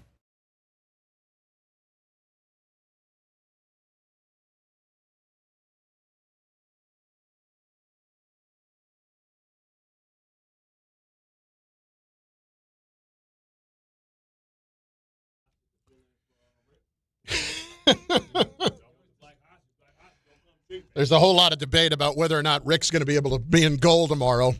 Ooh, my back. Ooh, I can't do it. Is that Rick planting the seed in case he's getting dominated? And it's Rick planting the seed for a lot of things. Let's be honest. He looked like he's standing pretty straight up next to Sirianni. Okay, just quickly, and I should have actually. I didn't want to do it at the end. I did consider doing this at the end, but I didn't want to do it because of the topic that we were discussing with him. Eric Chavez. It's time to play. How much did that guy make? Eric Chavez, Major Leagues from 1998 to 2014. Damn. Okay, so he was in the big 16 leagues years? 15, 16 years. He got to the big leagues. Really, his first full season looks like it was 1999. Eric Chavez, how much did that guy make? What position did he play? Third base. Okay. Good offensive player for a few years. Okay, so and the Gold Glover. Gold Glover as well. How many Gold Gloves? I believe six. Gold six in a gloves. row, by the way. I'm gonna let Tom go because he's gonna lie and he's gonna take my answers. Actually, he's probably better suited to know this than me. But Tom, you can go first. I'll follow you. All right. So my thought here is the economics of baseball weren't as strong back when he was playing, and also he turned it on with the A's, and then his career kind of faded, I think, due to injuries once he hit around 28, 29. So I'm going to say he made about $62 million through his career. $62 million for Tom. Ray Danahan, what say you? I was thinking a little higher than 62. Silver Slugger, bunch of gold gloves. Really 6 in a row. Tom's not kidding. Yep, and finished out his career with the Yankees, I believe. Arizona for a little bit. Oh, Arizona. But, who remembers that? Was he there for a year, maybe? I'm going to say about $84 million. $84 million. Bart Scott, Eric Chavez. Okay. Retired 2014. How much did that guy make? So I would say, when you think about the baseball economics, so that means for his first 6 years, he probably didn't make much money. That's right? fair. Yeah. So I'm going to say, let's say 6 years, he probably made $20 million for that 6 years, right? So that's 20, right? But then he got hot, right? Got hot-da, right? So 8 years, he got paid good cheese on the taco. And, so he played all the way to 2014, right? Yep. So I was playing in 2014. I remember baseball players and football players used to be jealous that baseball players were making all this damn money, right? It used to be now with the quarterback in NFL making so much money, now it's okay, well, quarterbacks make more money than the big-time baseball players. Wrap it up. Give me an answer. So I would say 8 years, probably averaging about $10 million. So I'm going to give him 80 for those. I'm going to give him 10 years at $8 million or more a year. So that's what's the total? So it's going to be 80 plus I said 20. So I'm going to say 100. Okay. So Bart at $100 million. Ray Danahan at $84 million. Tom Bauer, $62 million. Correct answer belongs to Raymond Danahan. Very, very close. $88 million. $88 million for Eric Chavez. You said what, Ray? 84? I said 84, yeah. Okay. Now, I'm not honestly, tomming this. Don't worry. That's the other thing. Anybody that thinks Eric Chavez has an axe to grind with David Stearns, when you made $88 million, you're good. I'm not really too worried about whatever axe to grind might have been there. I don't think there really was one. Damn. He played a long time. Yeah, he did. He's a good player. He's a very good player. 800-919-3776. 800-919-ESPN. Earl in Brooklyn on ESPN New York. What's up, Earl? I'm on the radio. You're on? Yes, Earl. You're on the radio. Hey, Earl, hold on, Earl. Hey, Bart. Hey, Carter. Earl, your name is Earl, so that means you was born in either the early 70s, right? or 60s, or late 60s, early 70s. I'm 63, Bart. I'm 63. 63. Yep. 1963. Damn. Okay. So listen, been a Met fan. Still have my Met 69 World Series ticket that my dad and I went to. It's not the manager. We can bring in Pujols. We can bring in Beltran. We could bring whoever. We have a little league team playing in the major leagues. These guys are platoon players that can't hit, can't field. And it's not the manager. It's the general manager who came in here and changed everything completely. He completely destroyed this team. And for us to get back on track, it's going to take us at least a year and a half, 2 years. What's your thoughts? Listen, I think in some instances you're 100% right about that. The whole run prevention thing has been utter crap because you took Alonso, who I think has 3 errors this year, if I'm not mistaken. Alonso, who was not a good defensive first baseman, but you're replacing him with a guy that can't get on the field in Polanco. Brett Beatty's playing over there sometimes. Wagaman's playing over there sometimes. Who the hell is Wagaman? It reminds me of that guy they had years ago, Mike Hessman. Just kind of a big dude out there. He's like Steve Balboni, but not fat. He's that kind of guy. But point being, they have too many positions where guys are playing all over the place. Brett Beatty's playing all over the place. I don't know how you're supposed to be effective when you're all over the map like that. And you don't know where you're playing day to day. I mean, if you listen to, what he was saying that his belief, it was opportunities to get rid of some of the players in the farm system. And that's what we were saying, too. We were saying, man, they should forget them farm players. We need to go out and get pitching, right? But his belief in pitching and his philosophy in pitching isn't correct, according to Eric, right? He didn't believe that. He didn't think that he believed in the right way of building the roster, right? And having a good, strong farm system, but not using the farm system to get assets for pitching, which is what they needed. He felt like he left them short that way. Okay, this is more Steve Cohen on the podcast with John Heyman and Joel Sherman on the firing of Carlos Mendoza. I think it came down to one simple question. Were we going to extend Carlos or not? And if the answer was no, then in my discussions with David Stearns, we both agreed at this time, give him a break. The guy's sitting in front of the cameras every day, and if you're not going to extend him, I describe it as a mercy shot, given where the club was. Frankly, I watched that game where we had 6 errors, and the next day we had 2 errors, and the club just wasn't playing well. So in firing Mendoza, he called it a mercy shot. In other words, basically, put him out of his misery. I'm not going to make him sit here and work the rest of the year if I'm not going to keep him beyond this year. And he also said, I don't know too many managers that are in that role forever, and it's just part of the gig, and sometimes you have to make a change. I mean, look, they stuck with him earlier in the year, and Stearns has basically said that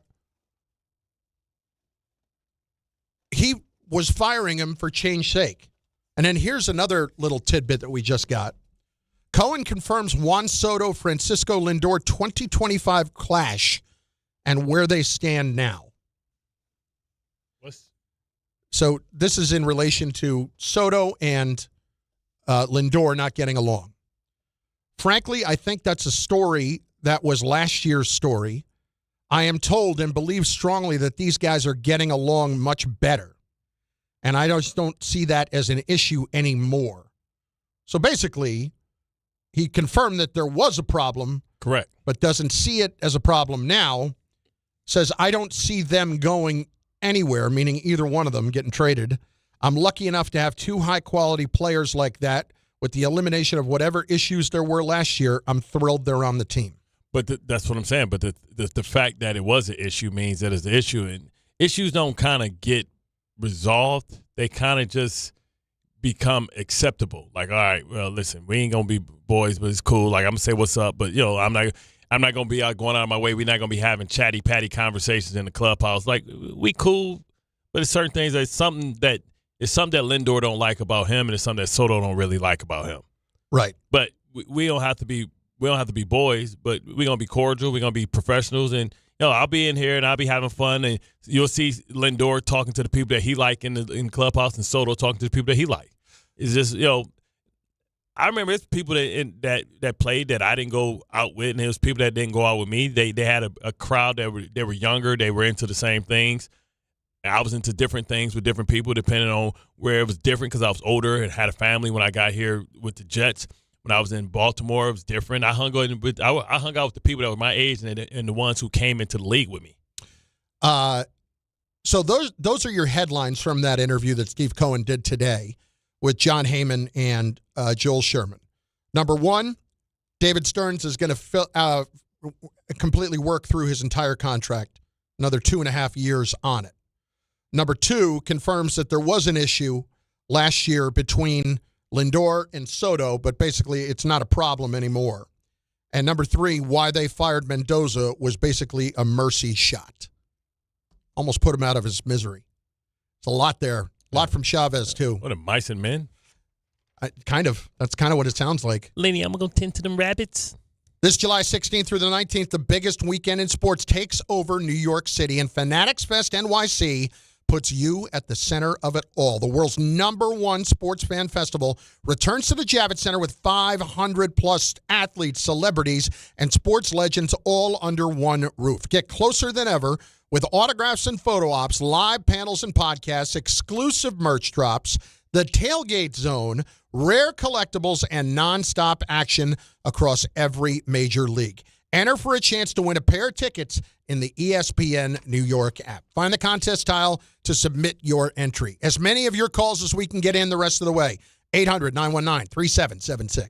Listen up. Fanatics Fest returns to the Javits Center July 16th through the 19th for 4 days of nonstop action right in the middle of the biggest sports weekend of the summer. See more than 500 athletes and celebrities, including Aaron Judge, Kevin Durant, Jalen Brunson, Jay-Z, Travis Scott, and hundreds more. All at the world's #1 sports fan festival. Tickets are on sale now. Grab yours before they're gone at Fanatics TixFest.com. Skechers elite athlete OG Anunoby has been making history on the basketball court. Anunoby tips it in. Unbelievable. What a shot. He's been balling out in Skechers high-performance basketball sneakers, and the world is noticed. But how does OG train off the court to keep in peak physical condition? Hands-free Skechers Slip-ins Aeroburst. They help prepare OG for the physical demands of playing at a championship level. Get your pair of Aeroburst for only $165 at a Skechers store, Skechers.com, or wherever high-performance running shoes are sold. You matter, and so does your well-being. If you're facing tough moments, struggling with anxiety, depression, thoughts of suicide, or substance use, help is here anytime you need it. Call, text, or chat 988 for free confidential support. New Jersey's 988 Suicide and Crisis Lifeline is here 24/7 for you or someone you love, with trained counselors who listen and care without judgment. You matter. Remember New Jersey's 988. A message from the New Jersey Department of Human Services. Hey Yankees fans, join us at Yankee Stadium on Friday, July 3rd for a very special night. Fireworks Night, presented by Baby Ruth.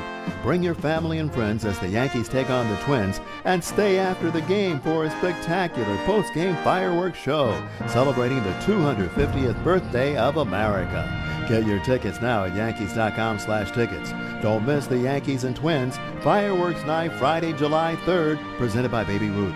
Visit Yankees.com/tickets today. There are a million reasons to love New York. Making your budget stretch isn't one of them. According to an independent study, Amazon prices average 14% lower than other retailers. Get food, fashion, furniture, and more shipped straight to your building. That's how Prime members have saved over $2 billion on grocery and household items. Learn more at aboutamazon.com. In this business, time matters. You're always looking for ways to be more efficient and stay ahead. We all have our own time-saving hacks. But if you're a business owner, how can you save time hiring? The answer? ZipRecruiter. ZipRecruiter has a new feature that shows you the most interested qualified candidates first. Save time and meet great candidates sooner with ZipRecruiter. 4 out of 5 employers who post on ZipRecruiter get a quality candidate within the first day. Try it for free at ZipRecruiter.com/sports. That's ZipRecruiter.com/sports. Meet your match on ZipRecruiter. If Twisted Tea Hard Iced Tea was your best friend, it would be the kind of friend that starts an impromptu dance party in the supermarket aisle that turns into an all-day pool party rager at your place, and you don't even own a pool. Twisted Tea Hard Iced Tea turns any day into a legendary adventure. It's smooth and refreshing real iced tea with just the right kick of alcohol. Twisted Tea Hard Iced Tea. Keep it twisted. Twisted Tea Brewing Company, Cincinnati, Ohio. Please drink responsibly. This is the Michael K. Show. I'm not quite sure how you blame Boone for this, and how do you blame Cashman for it? Could anybody have actually predicted that Aaron Judge was going to get hurt and be out 3 months? He's incredibly important to this team. But I will tell you this, you should be upset. They're playing like garbage right now. Because as bad as the injuries are, they shouldn't be this bad. Because they are bad on an embarrassing level now. The Michael K. Show, weekdays at 1 on ESPN New York and streaming live on YouTube. Presented by the Parisman Firm.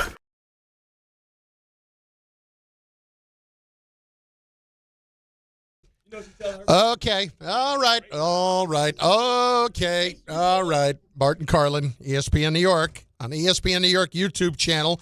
According to Shams, LeBron James is willing to accept a, quote, minimum contract. Yeah. Oh, that means he can to go play anywhere. for a contender. That means he can go anywhere. No, what that yourself, is right now. No, when you say that LeBron is willing to take a minimum contract, all this is we're going to drag this out for a few more, at least days, if not weeks. No, contender. Could you imagine LeBron on OKC?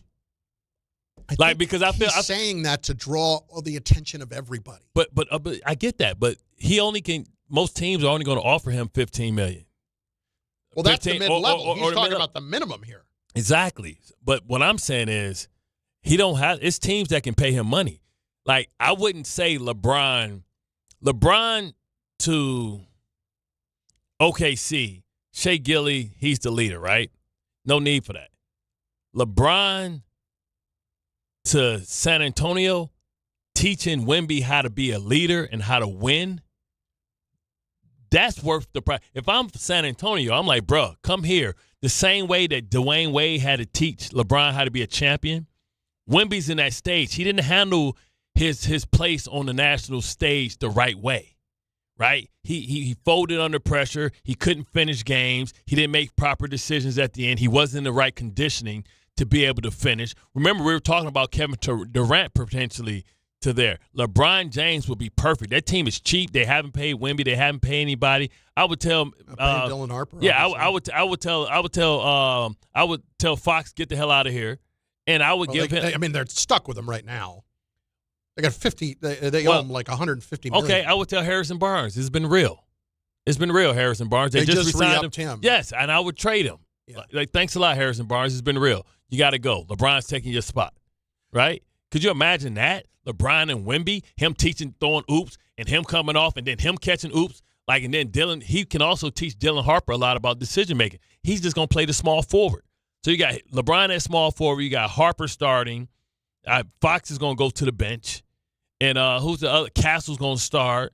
Man, LeBron on San Antonio. That's a wrap. LeBron James. Adam, Washington D.C. on ESPN New York. Adam, what's up? Hey guys, lifelong Knicks fan. I remember being in high school reading about how we were overpaying for guys like Shannon Anderson, Stella Harrington, Jerome Williams. Shannon Anderson. I think I just physically had a visceral reaction to Shannon Anderson.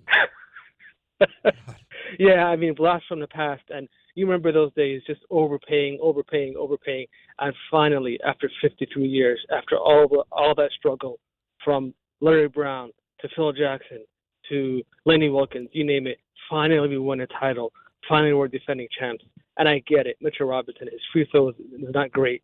Offensively, he hasn't really grown much. I understand he has flaws. But guess what? He had a key, pivotal role in us winning a title. He got the second biggest offensive rebound we ever had. Defensively down the stretch, he guarded Wemby one-on-one and helped us win games. You saw when Luke Cornett on the Spurs, when he went to the bench, how it was just a party for our guards. And we had the opposite effect where when Karl Anthony Towns, I know he's not an offensive player, but when Mitchell Robinson was in the game, he had a huge effect defensively. And also he complements Towns perfectly because Towns is a kind of finesse, great offensive guy. But Mitchell is totally 180 degrees opposite. So we had a great combination, and a great advantage that I feel like we're just kind of throwing away. Yeah, for $2 million. Adam, and it's delusional to think we're going to get some. Sure. I'm sorry? The thing is for that $2 million, Adam, it was $2 million. We thought it was going to be like 5 or 10, which 5 over 3, that's $15 million. We're talking about $6 million. Yeah, pretty much. $6 million. It was still enough that was going to put him over the second apron, but still, it wasn't as punitive because you're keeping your own player. Okay, the person that you get to replace him, what are you going to play for? No, I know. I understand. And they had opportunities to even draft guys, and they didn't really do that.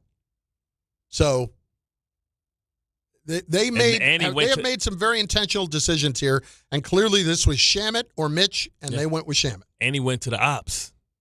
You're going to see him. That sucks. He's going to remind you. Yeah, that sucks. But again, I don't want to lose sight of the bigger picture.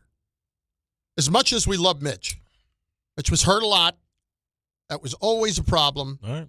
And the Hack-a-Mitch thing was something too. Now he was a great defensive player, and he was a terrific offensive rebounder, and obviously came up with biggest rebound of the season. Yeah. Sometimes you don't know what you have because, with Duren tripping, can't keep everything, man. Like Duren tripping, like he tripping. When you rather have Stu Beef at $15 million than go get you a superstar with the supermax money that you would have had for Duren? Big man, don't grow on trees. Bart Carlin, ESPN New York. Dan Grassa is up next in for the K-Stir. And then Don, Hahn, and Rosenberg later this afternoon. All the Steve Cohen stuff, all the Chavez stuff with us from earlier, and obviously Mitch going to the Celtics. It's all there, ESPN New York. If you've been injured in an accident that wasn't your fault, then you need a lawyer who knows New York's unique personal injury and workers' compensation laws. At the Parisman Firm, they have decades of experience handling all types of accident cases and a proven track record of delivering huge results. Their team has already recovered nearly $1 billion for injured New Yorkers. From construction to car accidents and slips and falls, they've got you covered. Call the Parisman Firm now at 718-WORKERS, where your case is their cause. Get the justice you deserve today. Hey, New York, are you okay to drive?